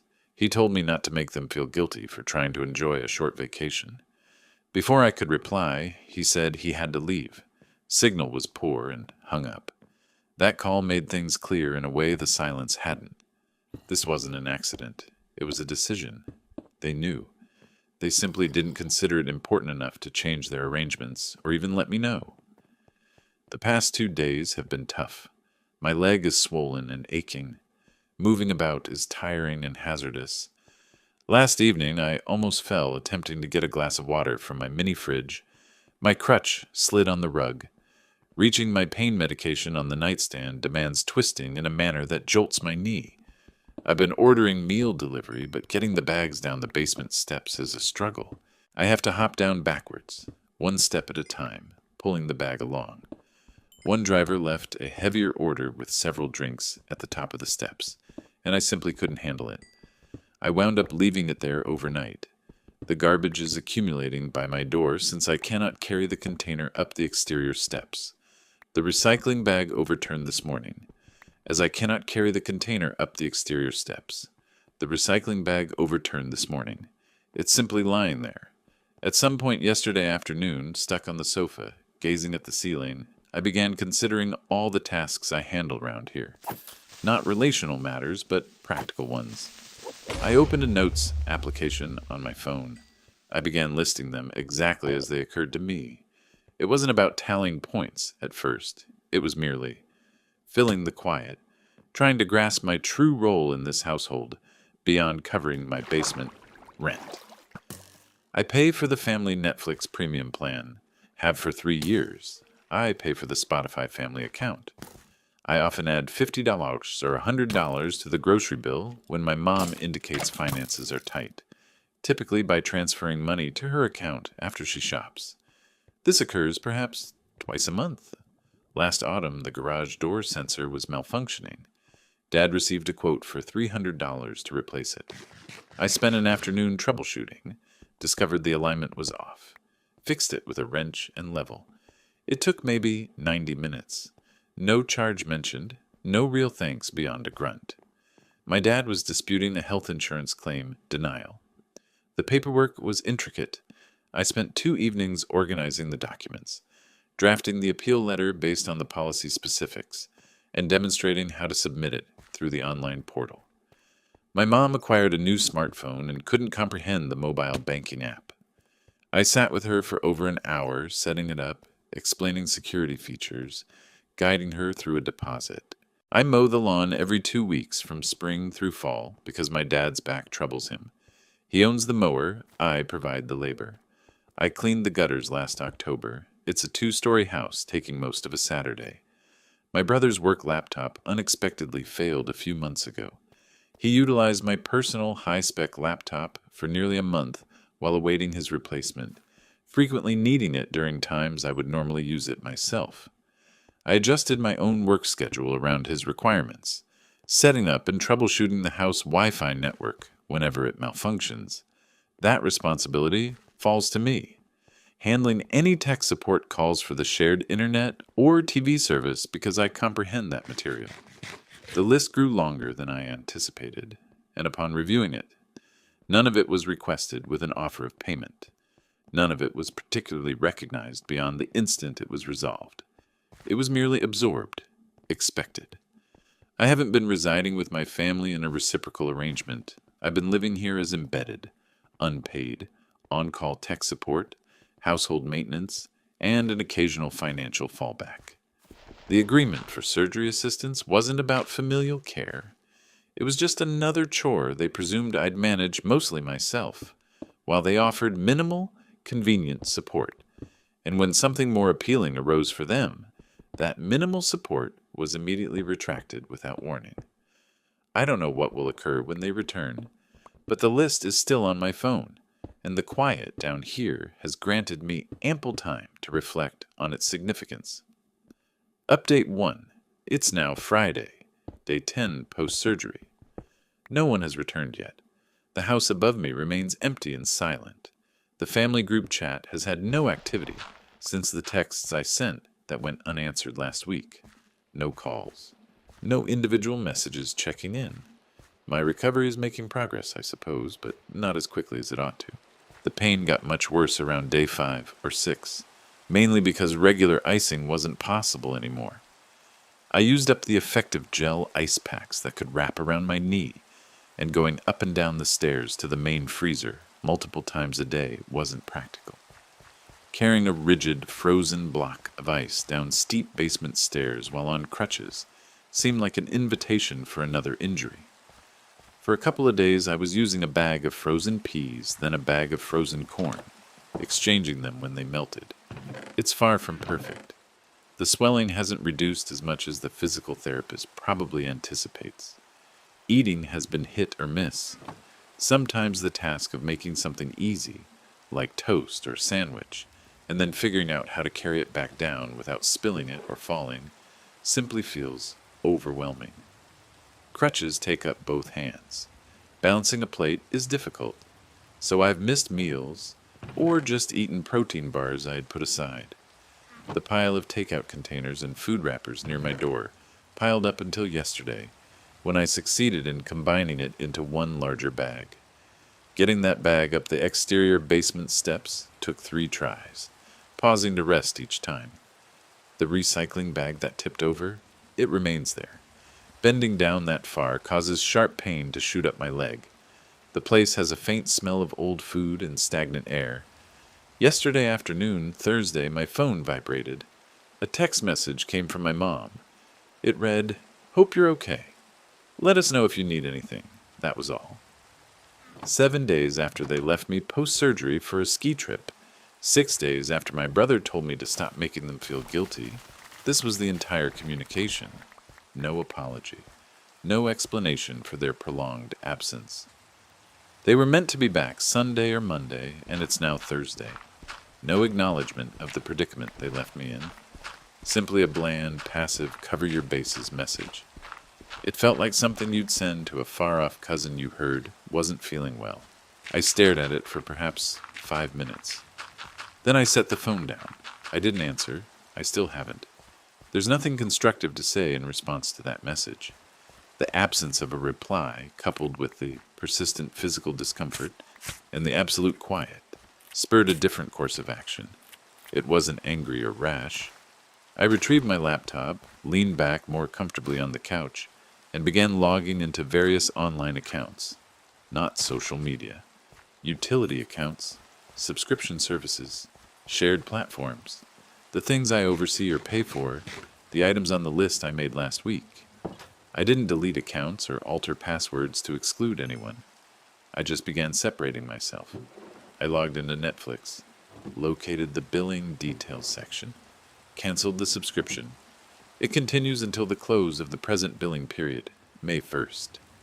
I visited the grocery delivery service site we sometimes utilized, primarily started by me for common household items, when I observed supplies dwindling upstairs. I took away my stored credit card details and deactivated the auto-renewal for the premium delivery membership I paid for each year. I accessed the city utility portal. My debit card was connected for auto-pay for the water bill, which is in my dad's name but frequently ended up on my desk for me to manage. I took off my card particulars. The next payment owed isn't for a few weeks, but it will not be drawn from my account. I entered the shared Google Calendar, where family appointments, alerts, such as filter changes, pest control visits I arranged, and my parents' medication refill dates were kept, mainly by me. I exported my individual personal entries, then took myself off from having entry to or administering the shared calendar. Spotify Family Plan, identical procedure. Logged in, proceeded to subscription management, ended the plan. It also continues until the close of the present cycle. I sent no announcements. I simply performed the digital equivalent of silently packing a box and taking it away. They desired independence from my perceived neediness. Very well. They can possess practical independence as well. Allow the accounts to expire. Allow the alerts to cease. Allow the payments to return to the account holder. In addition to this, I began arranging my individual digital files connected to the residence. I established a new primary folder on my cloud storage, clearly named House Responsibilities, Archive. Within it, I began making subfolders: utilities, insurance, taxes, property, manuals, shared logins, old. I started transferring copies of pertinent documents into these folders: PDFs of prior utility bills I'd paid or managed, the contact details for the plumber I located last year, the email exchange with the insurance company regarding that appeal, a scan of the garage door opener manual, and login information for the router I had set up. Anything I had managed, recorded, or saved that pertained to the upkeep of the main house. My intention wasn't to keep back information essential for basic function. It was to bring it together in one spot, ready to be given over if asked for, freeing it from my active mental burden and my daily digital workspace. In the night, I awoke at approximately 3 a.m., an intense spasm in my calf, possibly due to dehydration or maintaining my leg in one position for too long. It eased after a few uncomfortable minutes. I needed an ice pack. I recalled at that moment that the effective gel packs were still upstairs in some spot, likely melted and useless in the main refrigerator, and the freezer downstairs in my unit was empty. The only thing remaining was that half-empty bag of frozen corn. Sitting there in the darkness, the ridiculousness struck me once more. I grabbed my phone, launched the notes application where I'd created that list. I moved to the end and inserted a fresh bullet point. Was forced to ice my post-surgical knee with a frozen bag of corn, because my family was on an unannounced ski trip and either took all the proper ice packs or left them unreachable. Reading it written down didn't improve my mood. They are expected back any moment now, presumably. I'm unsure what condition they'll discover the house in, from a functional perspective, and I realize I no longer particularly care about it. Update 2. They returned. At some point Sunday evening. I wasn't sure precisely when because no one messaged they were home. No one rapped on my basement door. No one shouted a greeting down the stairs. I simply heard heavier footsteps above than typical for a Sunday night, the noise of luggage being rolled, doors being opened and shut upstairs. There was no question about my knee, no mention of their journey, nothing aimed toward the basement. It was as though they had come back from a regular day away.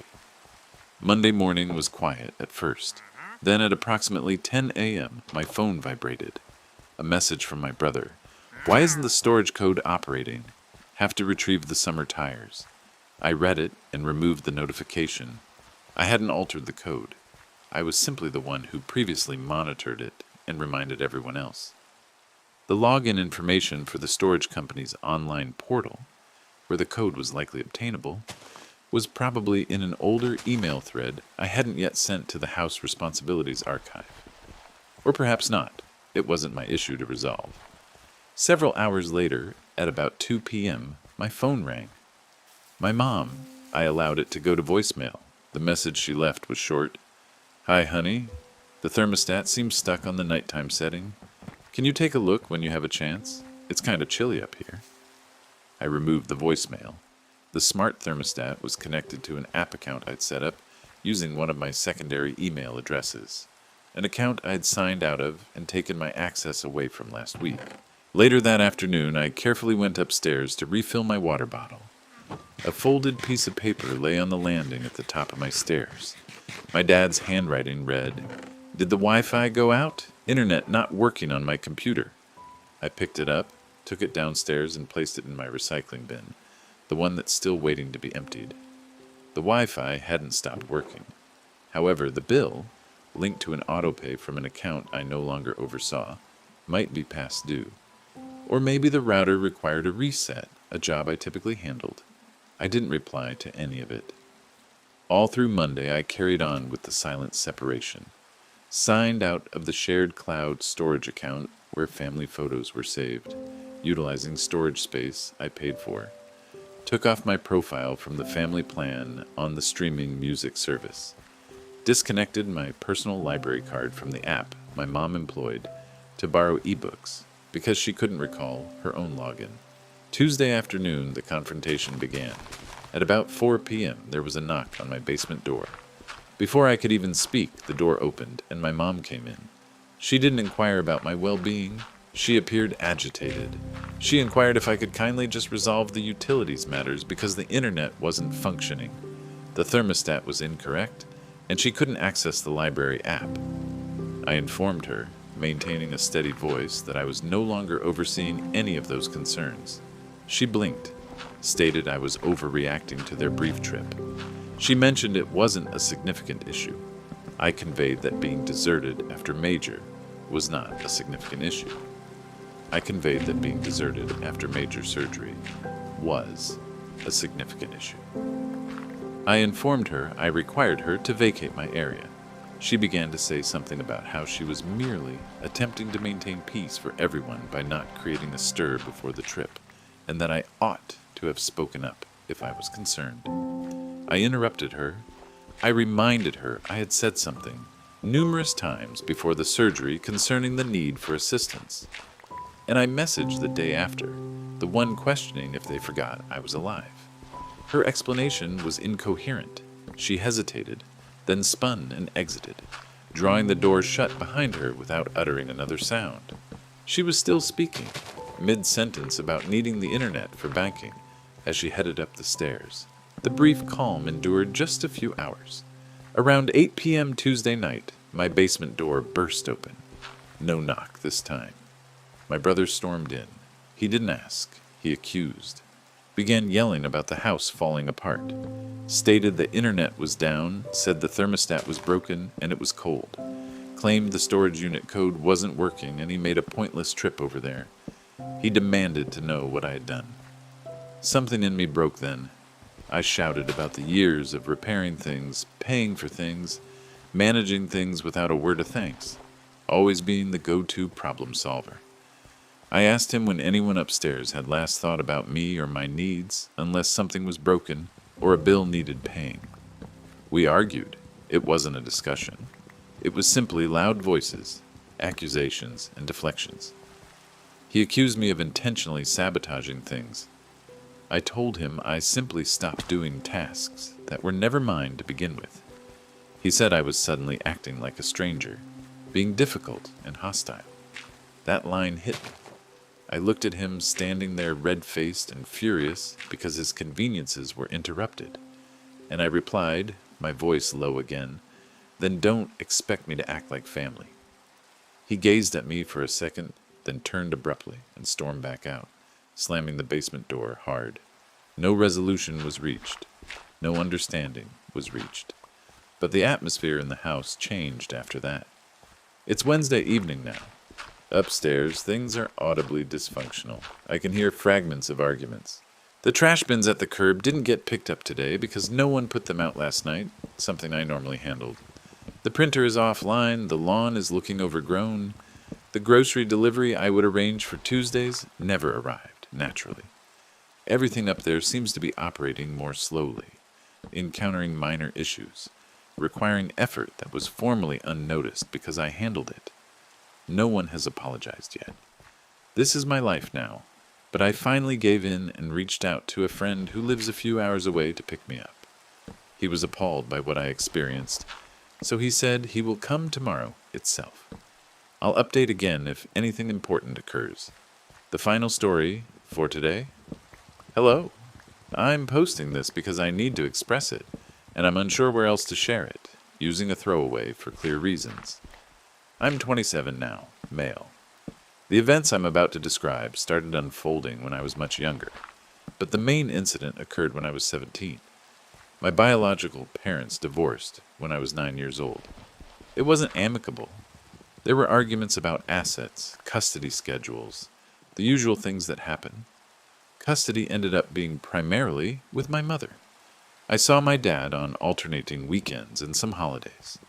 My mother remarried about 3 years after the divorce, when I was 12. She married a man, my stepdad, who had 2 children of his own from a previous marriage. They were close to my age, a stepbrother a year older than me, and a stepsister the same age as me. So suddenly I went from being an only child in my mom's house to having 2 step-siblings. SD moved into our house, the one my mom got in the divorce settlement. It was a 3-bedroom place initially. My mom and SD took the master bedroom. I had 1 room, and SB and SS were supposed to share the 3rd, larger bedroom. This arrangement caused friction from the start. They complained about sharing, about the room size, about living in my house. SD eventually converted the small home office downstairs into a makeshift bedroom for SB after about 6 months of constant complaining from them, mostly directed at my mother, who usually gave in. SS kept the larger bedroom upstairs next to mine. Living together was never easy. SD attempted to enforce a one happy family dynamic that felt forced. He wasn't openly hostile towards me, but he clearly favored his own children. My mom appeared caught in the middle.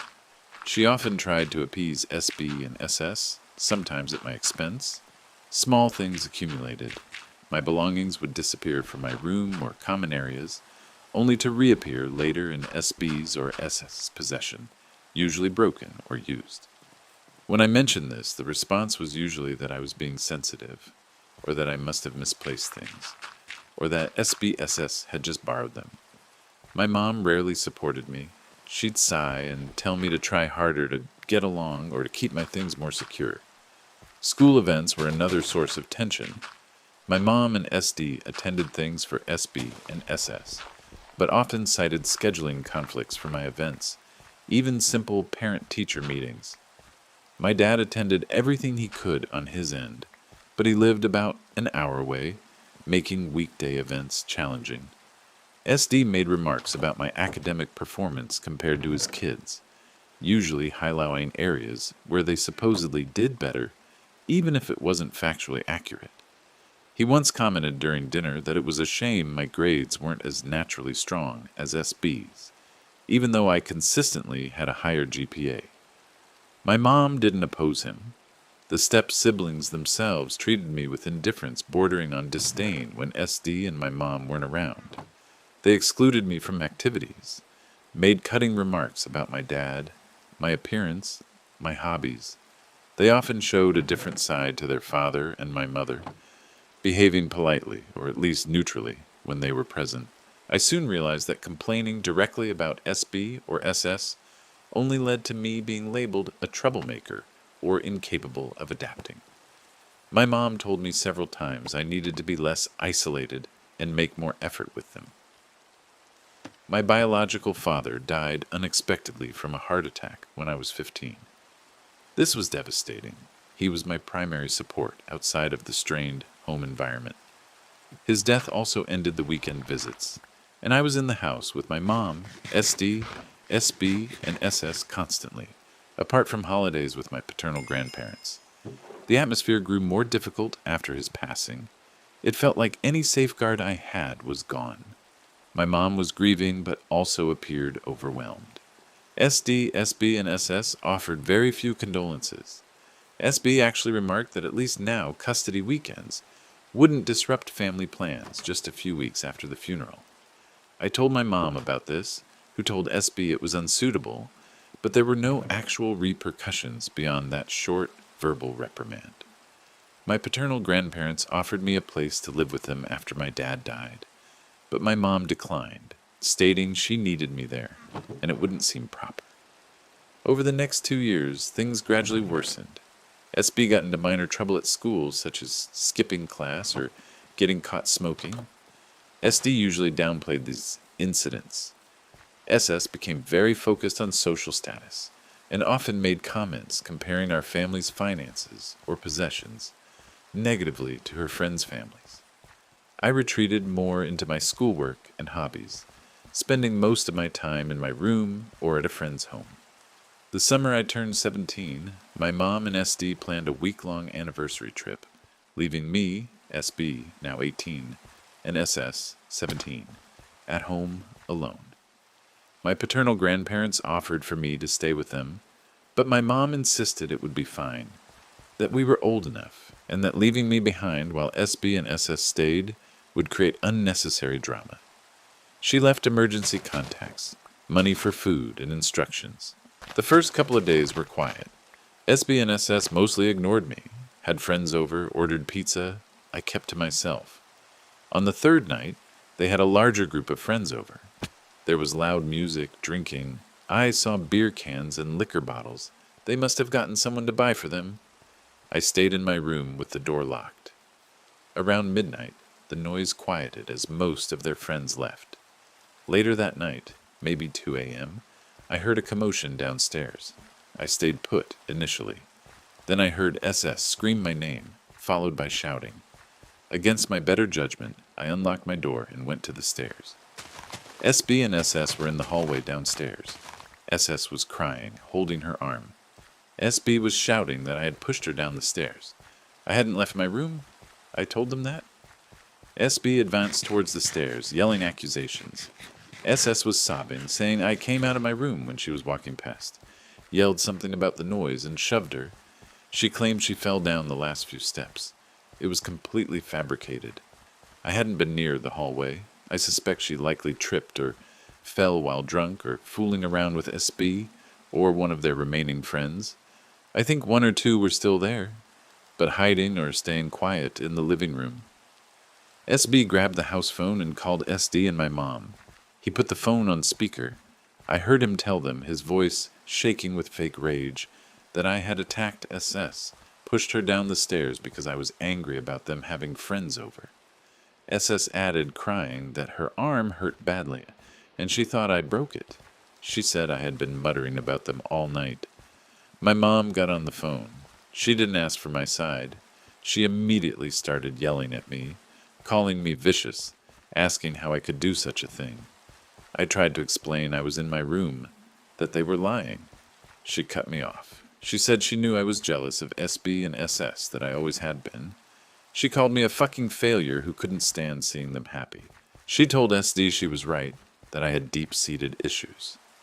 SD's voice came on, calm but cold, telling me I needed to face consequences. He said they were cutting the trip short and would be home by morning. My mom got back on and told me to pack a bag. She said I was not spending another night under that roof. She said when they got back, I needed to be gone. She clearly stated I was no longer welcome in her house. I asked where I was supposed to go. She told me she didn't care, that I should have thought of that before I attacked my stepsister. Then she hung up. SB and SS looked smug. SB told me to start packing. I went back to my room, locked the door, and sat there numb. I didn't pack immediately. I couldn't understand it. I heard SB and SS talking and laughing quietly downstairs after a while. Around 4 a.m., understanding my mom was serious, I packed a backpack with clothes, my laptop, phone charger, wallet, and some important documents I kept in my room. I didn't have much money, maybe $50. I waited until I heard SB and SS go to their rooms, presumably to sleep. I slipped out the back door around 5 a.m., before sunrise. I wasn't sure where else to go, so I began walking toward the bus station. It was about a 5-mile walk. I used a payphone at the station, my phone battery was low, and I wished to save it, to call my paternal grandparents. I briefly explained what had happened, that I was accused of something I didn't do and kicked out. They didn't waver. My grandfather told me to wait there and that he would drive down right away to get me. It was roughly a 2-hour drive for him. I waited inside the station, observing the doors. My grandfather got there around 8 a.m. He didn't push for details right away, just got me into the car, bought me breakfast at a diner on the way back to their home. When we reached their house, my grandmother was waiting. I recounted the complete story to them. They trusted me. They were angry with my mother but appeared resigned, remarking she'd changed after my dad died and after she remarried. They allowed me to stay in their spare room. My grandfather helped me collect the remainder of my essential belongings from my mom's house a few days later. He telephoned in advance. My mom declined to be present. SD met him at the door, allowed him in to collect my things. mostly clothes, books, sentimental items related to my dad. As per my grandfather, SD was cold and formal, didn't inquire about me, just wanted him to leave swiftly. SB and SS were seemingly not home.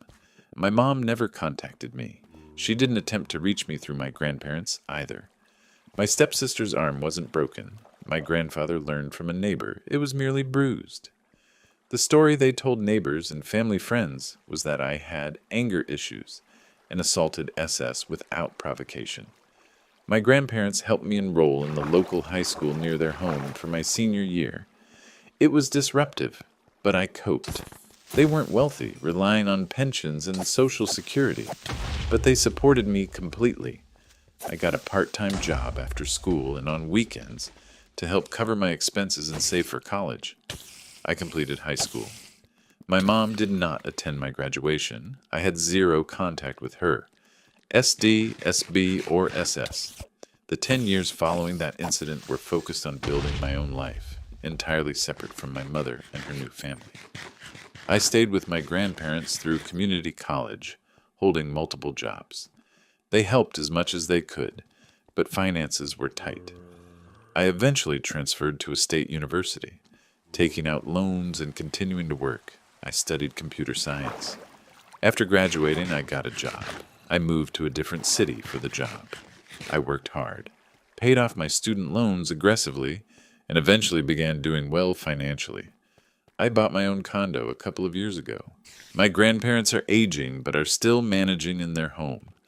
I help them out financially now and visit frequently.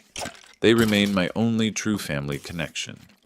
Throughout these 10 years, I maintained absolute no contact with my mother, SD, SB, or SS. I blocked their numbers early on. I disregarded any efforts they might have made via mutual acquaintances or extended family emails that occasionally bypassed filters. For me, that chapter of my life was closed. However, about 3 weeks ago, my doorbell rang late in the evening around 9 p.m. I wasn't anticipating any visitors. I looked through the peephole and I didn't instantly recognize the individual. She appeared disheveled. When I opened the door, with the security chain still on, I realized it was my mother. I hadn't seen her for 10 years. She appeared considerably older than her true age. She's in her late 50s. Her clothing was worn and appeared somewhat torn at the sleeve. She was thin. She began speaking right away, her voice strained. She mentioned she had found my address via some distant relatives she had contacted. She informed me she had made terrible mistakes. She explained, somewhat disjointedly, that things had turned bad for her. SD had seemingly lost his job some years prior, and they had depleted their savings. SB had continuous issues, implying legal or addiction problems, though she wasn't specific, which drained them financially. SS had moved out years earlier and wanted little involvement with them, especially now that they faced financial difficulties. Apparently, SD had left my mother about 6 months prior, moving in with his sister in another state. She lost the house, the one where I grew up, to foreclosure. She asserted she had been residing in shelters or with unwilling acquaintances for the past few weeks. She expressed regret for how she treated me, saying she knew she was mistaken back then. She stated she was desperate and had no other place to go. She inquired if I could assist her, specifically asking if she could reside with me for a period, just until she recovered her footing. She was weeping by this point. I did not allow her indoors. I remained at the door with the chain fastened. After hearing her out, I informed her I would not permit her to stay with me. Her expression dropped, but I mentioned I might be prepared to help her under one particular condition. She inquired what it was. I informed her the condition was this: she needs to arrange a gathering. At this gathering, she, SB, and SS must be present. SD's attendance is not necessary. At this gathering, in my presence, SB and SS must furnish a written signed statement, withdrawing the accusation they leveled against me when I was 17. They must admit they fabricated the story about the assault. Furthermore, my mother must verbally admit that she knew or strongly suspected they were lying at that time, or at least understood my character sufficiently to know I wouldn't do that, and that she opted to believe them and forsake me regardless. She must explicitly state she knows I did not assault SS. I informed her I wished to record this whole exchange. If they fully meet this condition, I will then talk about offering her limited, temporary financial aid to secure basic housing, such as a deposit and first month's rent for a small apartment, and perhaps link her with job resources. I will not offer continuous support, and she will never reside with me. She appeared stunned. She began to protest, stating that getting SB and SS to consent would be impossible, that they would not do it, that SB is difficult to even find sometimes. She inquired if I could just assist her slightly now, purely out of compassion. I reiterated the condition, a written signed retraction from SB and SS, a verbal recorded acknowledgement and apology from her outlining her actions and knowledge. No fulfillment, no assistance. That's it. I instructed her to contact me if she succeeds in arranging it. Then I shut the door. It has been 3 weeks. I have not heard from her. I somewhat anticipated that. But I keep replaying the conversation. Would I be the bad guy if I adhere to this condition, knowing it likely means she receives no assistance from me and might genuinely be homeless? Update 1. It has been approximately 4 weeks since my initial post. My thanks to everyone who read it and commented or sent messages. I reviewed everything. I did not anticipate that volume of response. Numerous individuals shared their views. Many endorsed my condition. Some considered it too severe, while others proposed alternative approaches. I am grateful for people taking the time. To clarify a few points individuals brought up, why no police at that time? Some inquired why I did not involve the police when the accusation occurred. I was 17, entirely caught off guard, and my own mother immediately believed the falsehood and instructed me to leave. Contacting the police felt unfeasible and frightening. Who would they believe? My word against 3 individuals, SB, SS, and probably a friend of theirs if pressed, with SS being a female and my own parents supporting them? It appeared to be a method to worsen my situation even further at that time. My main concern was locating a secure place to reside, which turned out to be my grandparents. The role of my grandparents. My grandparents were and still are supportive. They trusted me implicitly at that time. They were upset with my mother but did not compel contact or reconciliation. They honored my choice to maintain no contact. They did convey sorrow regarding the circumstances throughout the years, but never pressured me. I have talked about the current state of affairs with them. They endorse my decision and my condition, though my grandmother voiced concern for my mother's welfare, which is characteristic of her compassionate disposition. They concur that the condition addresses the fundamental injustice. Regarding SD's situation, I lack many specifics about him beyond what my mother briefly stated. His job loss, financial difficulties, his departure from my mother. I hold no interest in his circumstances apart from how they led to my mother appearing at my door. He had a part in enabling his children and backing my mother's choice to expel me. So his current absence doesn't elicit sympathy from me. My financial standing, a few individuals made assumptions. I am financially secure, though not affluent. I live comfortably, yet prudently.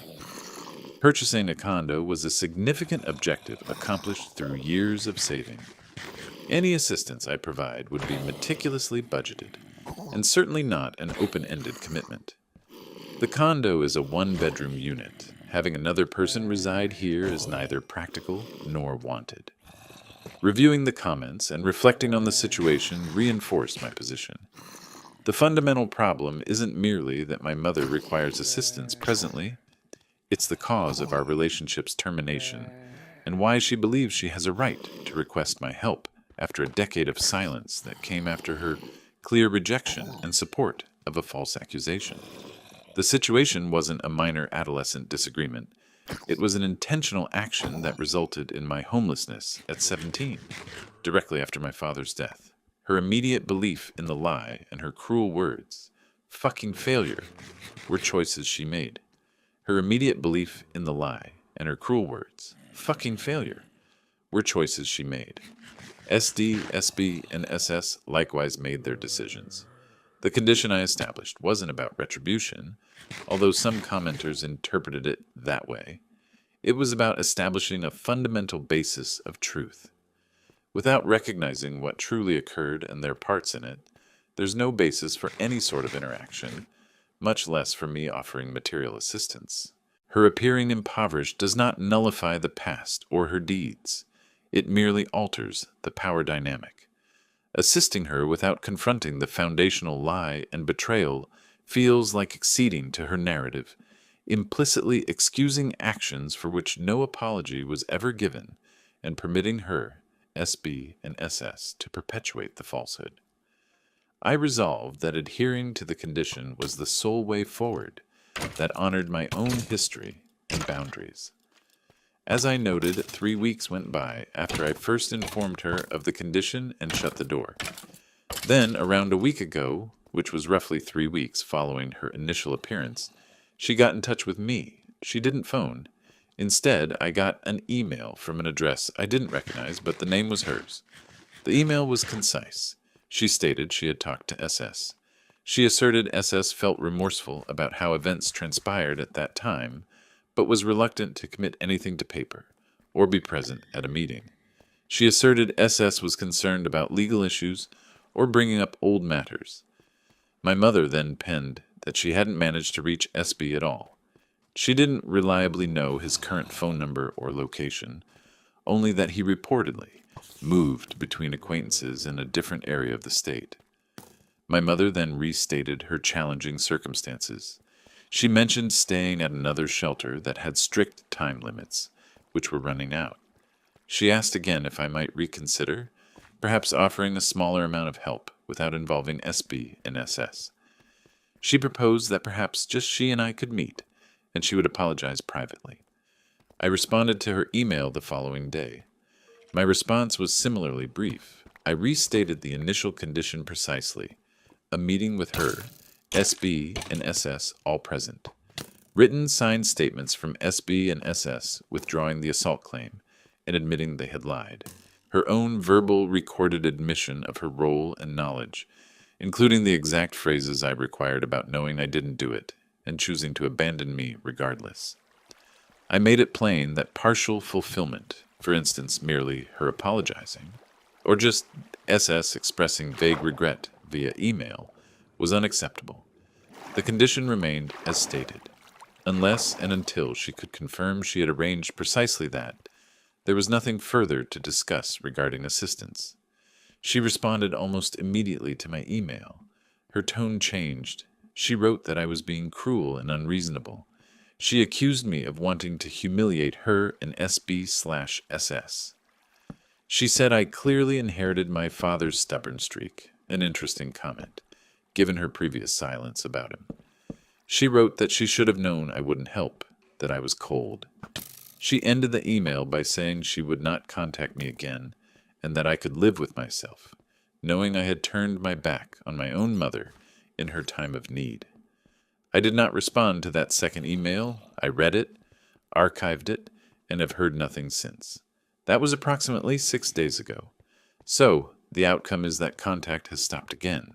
She expressly rejected the condition and chose to portray me as cruel, rather than trying to meet it or acknowledge why it was established. Nothing has changed concerning my position. The condition remains unfulfilled. No help has been given. Update 2. It has now been 6 months since my last update, and roughly 7 months since my mother first appeared at my door. Following the email exchange, months since my last update, and roughly 7 months since my mother first appeared at my door.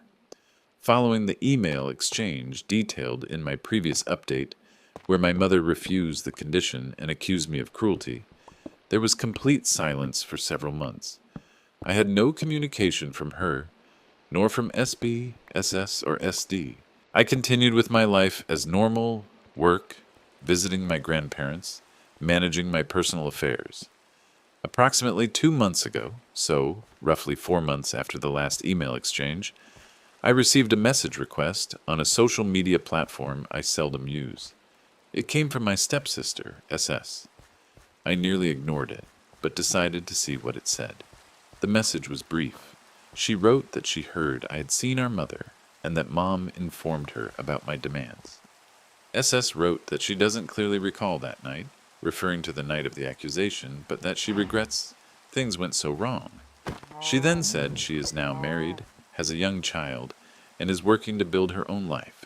She stated she would not sign any statement or attend any meeting that could create issues for her family or her relationship with her husband, who apparently doesn't know all the details of her past. She concluded by saying, she hopes I am doing well, but asked me not to contact her again. I did not reply to SS's message. Her indistinct recollection and focus on protecting her current life, while understandable from her perspective, confirmed her unwillingness to accept any responsibility or provide the required retraction. It strengthened the validity of my decision to set the condition I did. If she truly regretted it, she had the opportunity to act. She chose not to. Concerning my mother, I have limited third-hand information, mostly via my grandparents, who occasionally hear fragments from distant relatives or old neighbors. The information is patchy. It appears she spent some time in shelters, then possibly stayed briefly with a cousin of hers several hours away. That arrangement apparently did not last long. The most recent snippet my grandmother heard suggested she might be living in a rooming house, or some form of low-income subsidized housing, possibly working a minimum wage job. There is no confirmation of this, just rumors. She has made no additional attempts to contact me directly. SB remains unaccounted for to my knowledge. No one through the family channels my grandparents can access appears to know his precise location or situation, supporting what my mother asserted about being unable to contact him. SD is also out of the picture, seemingly having no contact with my mother since departing from her. SD is also out of the picture, seemingly having no contact with my mother since departing from her. There haven't been significant upheavals in my own life over the past 6 months. My work is stable. I saw my grandparents for Thanksgiving.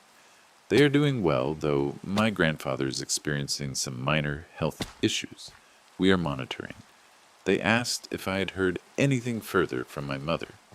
I shared the brief interaction with SS, and they concurred. It showed no genuine change or remorse from that side of the family. Thus, the situation remains as it did after the last update. The condition for assistance remains unfulfilled. My mother, after declining the terms, has sought aid elsewhere, or is managing through other avenues, however challenging. SS confirmed her reluctance to participate in rectifying the past. SB remains absent. My no-contact boundary with all of them remains firmly established. Nothing has been resolved concerning family relationships, nor did I anticipate it would be. My life carries on along the path I forged after being forced out at 17. She mentioned staying at another shelter that had strict time limits, which were running out.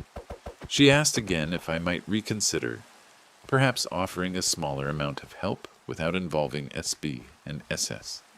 She proposed that perhaps just she and I could meet, and she would apologize privately. I responded to her email the following day.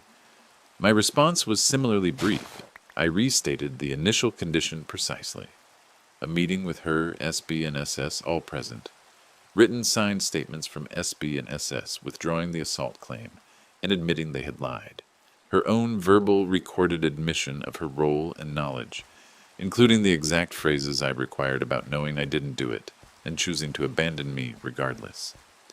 I made it plain that partial fulfillment, for instance merely her apologizing, or just SS expressing vague regret via email, was unacceptable. The condition remained as stated. Unless and until she could confirm she had arranged precisely that, there was nothing further to discuss regarding assistance. She responded almost immediately to my email. Her tone changed. She wrote that I was being cruel and unreasonable. She accused me of wanting to humiliate her and SB/SS. She said I clearly inherited my father's stubborn streak, an interesting comment, given her previous silence about him. She wrote that she should have known I wouldn't help, that I was cold. She ended the email by saying she would not contact me again, and that I could live with myself, knowing I had turned my back on my own mother in her time of need. I did not respond to that second email. I read it, archived it, and have heard nothing since. That was approximately 6 days ago. So, the outcome is that contact has stopped again. She expressly rejected the condition and chose to portray me as cruel, rather than trying to meet it or acknowledge why it was established. Nothing has changed concerning my position. The condition remains unfulfilled. No help has been given. Update 2. It has now been 6 months since my last update, and roughly 7 months since my mother first appeared at my door. Following the email exchange, months since my last update, and roughly 7 months since my mother first appeared at my door. Following the email exchange detailed in my previous update, where my mother refused the condition and accused me of cruelty, there was complete silence for several months. I had no communication from her, nor from SB, SS, or SD. I continued with my life as normal, work, visiting my grandparents, managing my personal affairs. Approximately 2 months ago, so roughly 4 months after the last email exchange, I received a message request on a social media platform I seldom use. It came from my stepsister, SS. I nearly ignored it, but decided to see what it said. The message was brief. She wrote that she heard I had seen our mother and that Mom informed her about my demands. SS wrote that she doesn't clearly recall that night, referring to the night of the accusation, but that she regrets things went so wrong. She then said she is now married, has a young child, and is working to build her own life. She stated she would not sign any statement or attend any meeting that could create issues for her family or her relationship with her husband, who apparently doesn't know all the details of her past. She concluded by saying, she hopes I am doing well, but asked me not to contact her again. I did not reply to SS's message. Her indistinct recollection and focus on protecting her current life, while understandable from her perspective, confirmed her unwillingness to accept any responsibility or provide the required retraction. It strengthened the validity of my decision to set the condition I did. If she truly regretted it, she had the opportunity to act. She chose not to. Concerning my mother, I have limited third-hand information, mostly via my grandparents, who occasionally hear fragments from distant relatives or old neighbors. The information is patchy. It appears she spent some time in shelters, then possibly stayed briefly with a cousin of hers several hours away. That arrangement apparently did not last long. The most recent snippet my grandmother heard suggested she might be living in a rooming house, or some form of low-income subsidized housing, possibly working a minimum wage job. There is no confirmation of this, just rumors. She has made no additional attempts to contact me directly. SB remains unaccounted for to my knowledge. No one through the family channels my grandparents can access appears to know his precise location or situation, supporting what my mother asserted about being unable to contact him. SD is also out of the picture, seemingly having no contact with my mother since departing from her. SD is also out of the picture, seemingly having no contact with my mother since departing from her. There haven't been significant upheavals in my own life over the past 6 months. My work is stable. I saw my grandparents for Thanksgiving.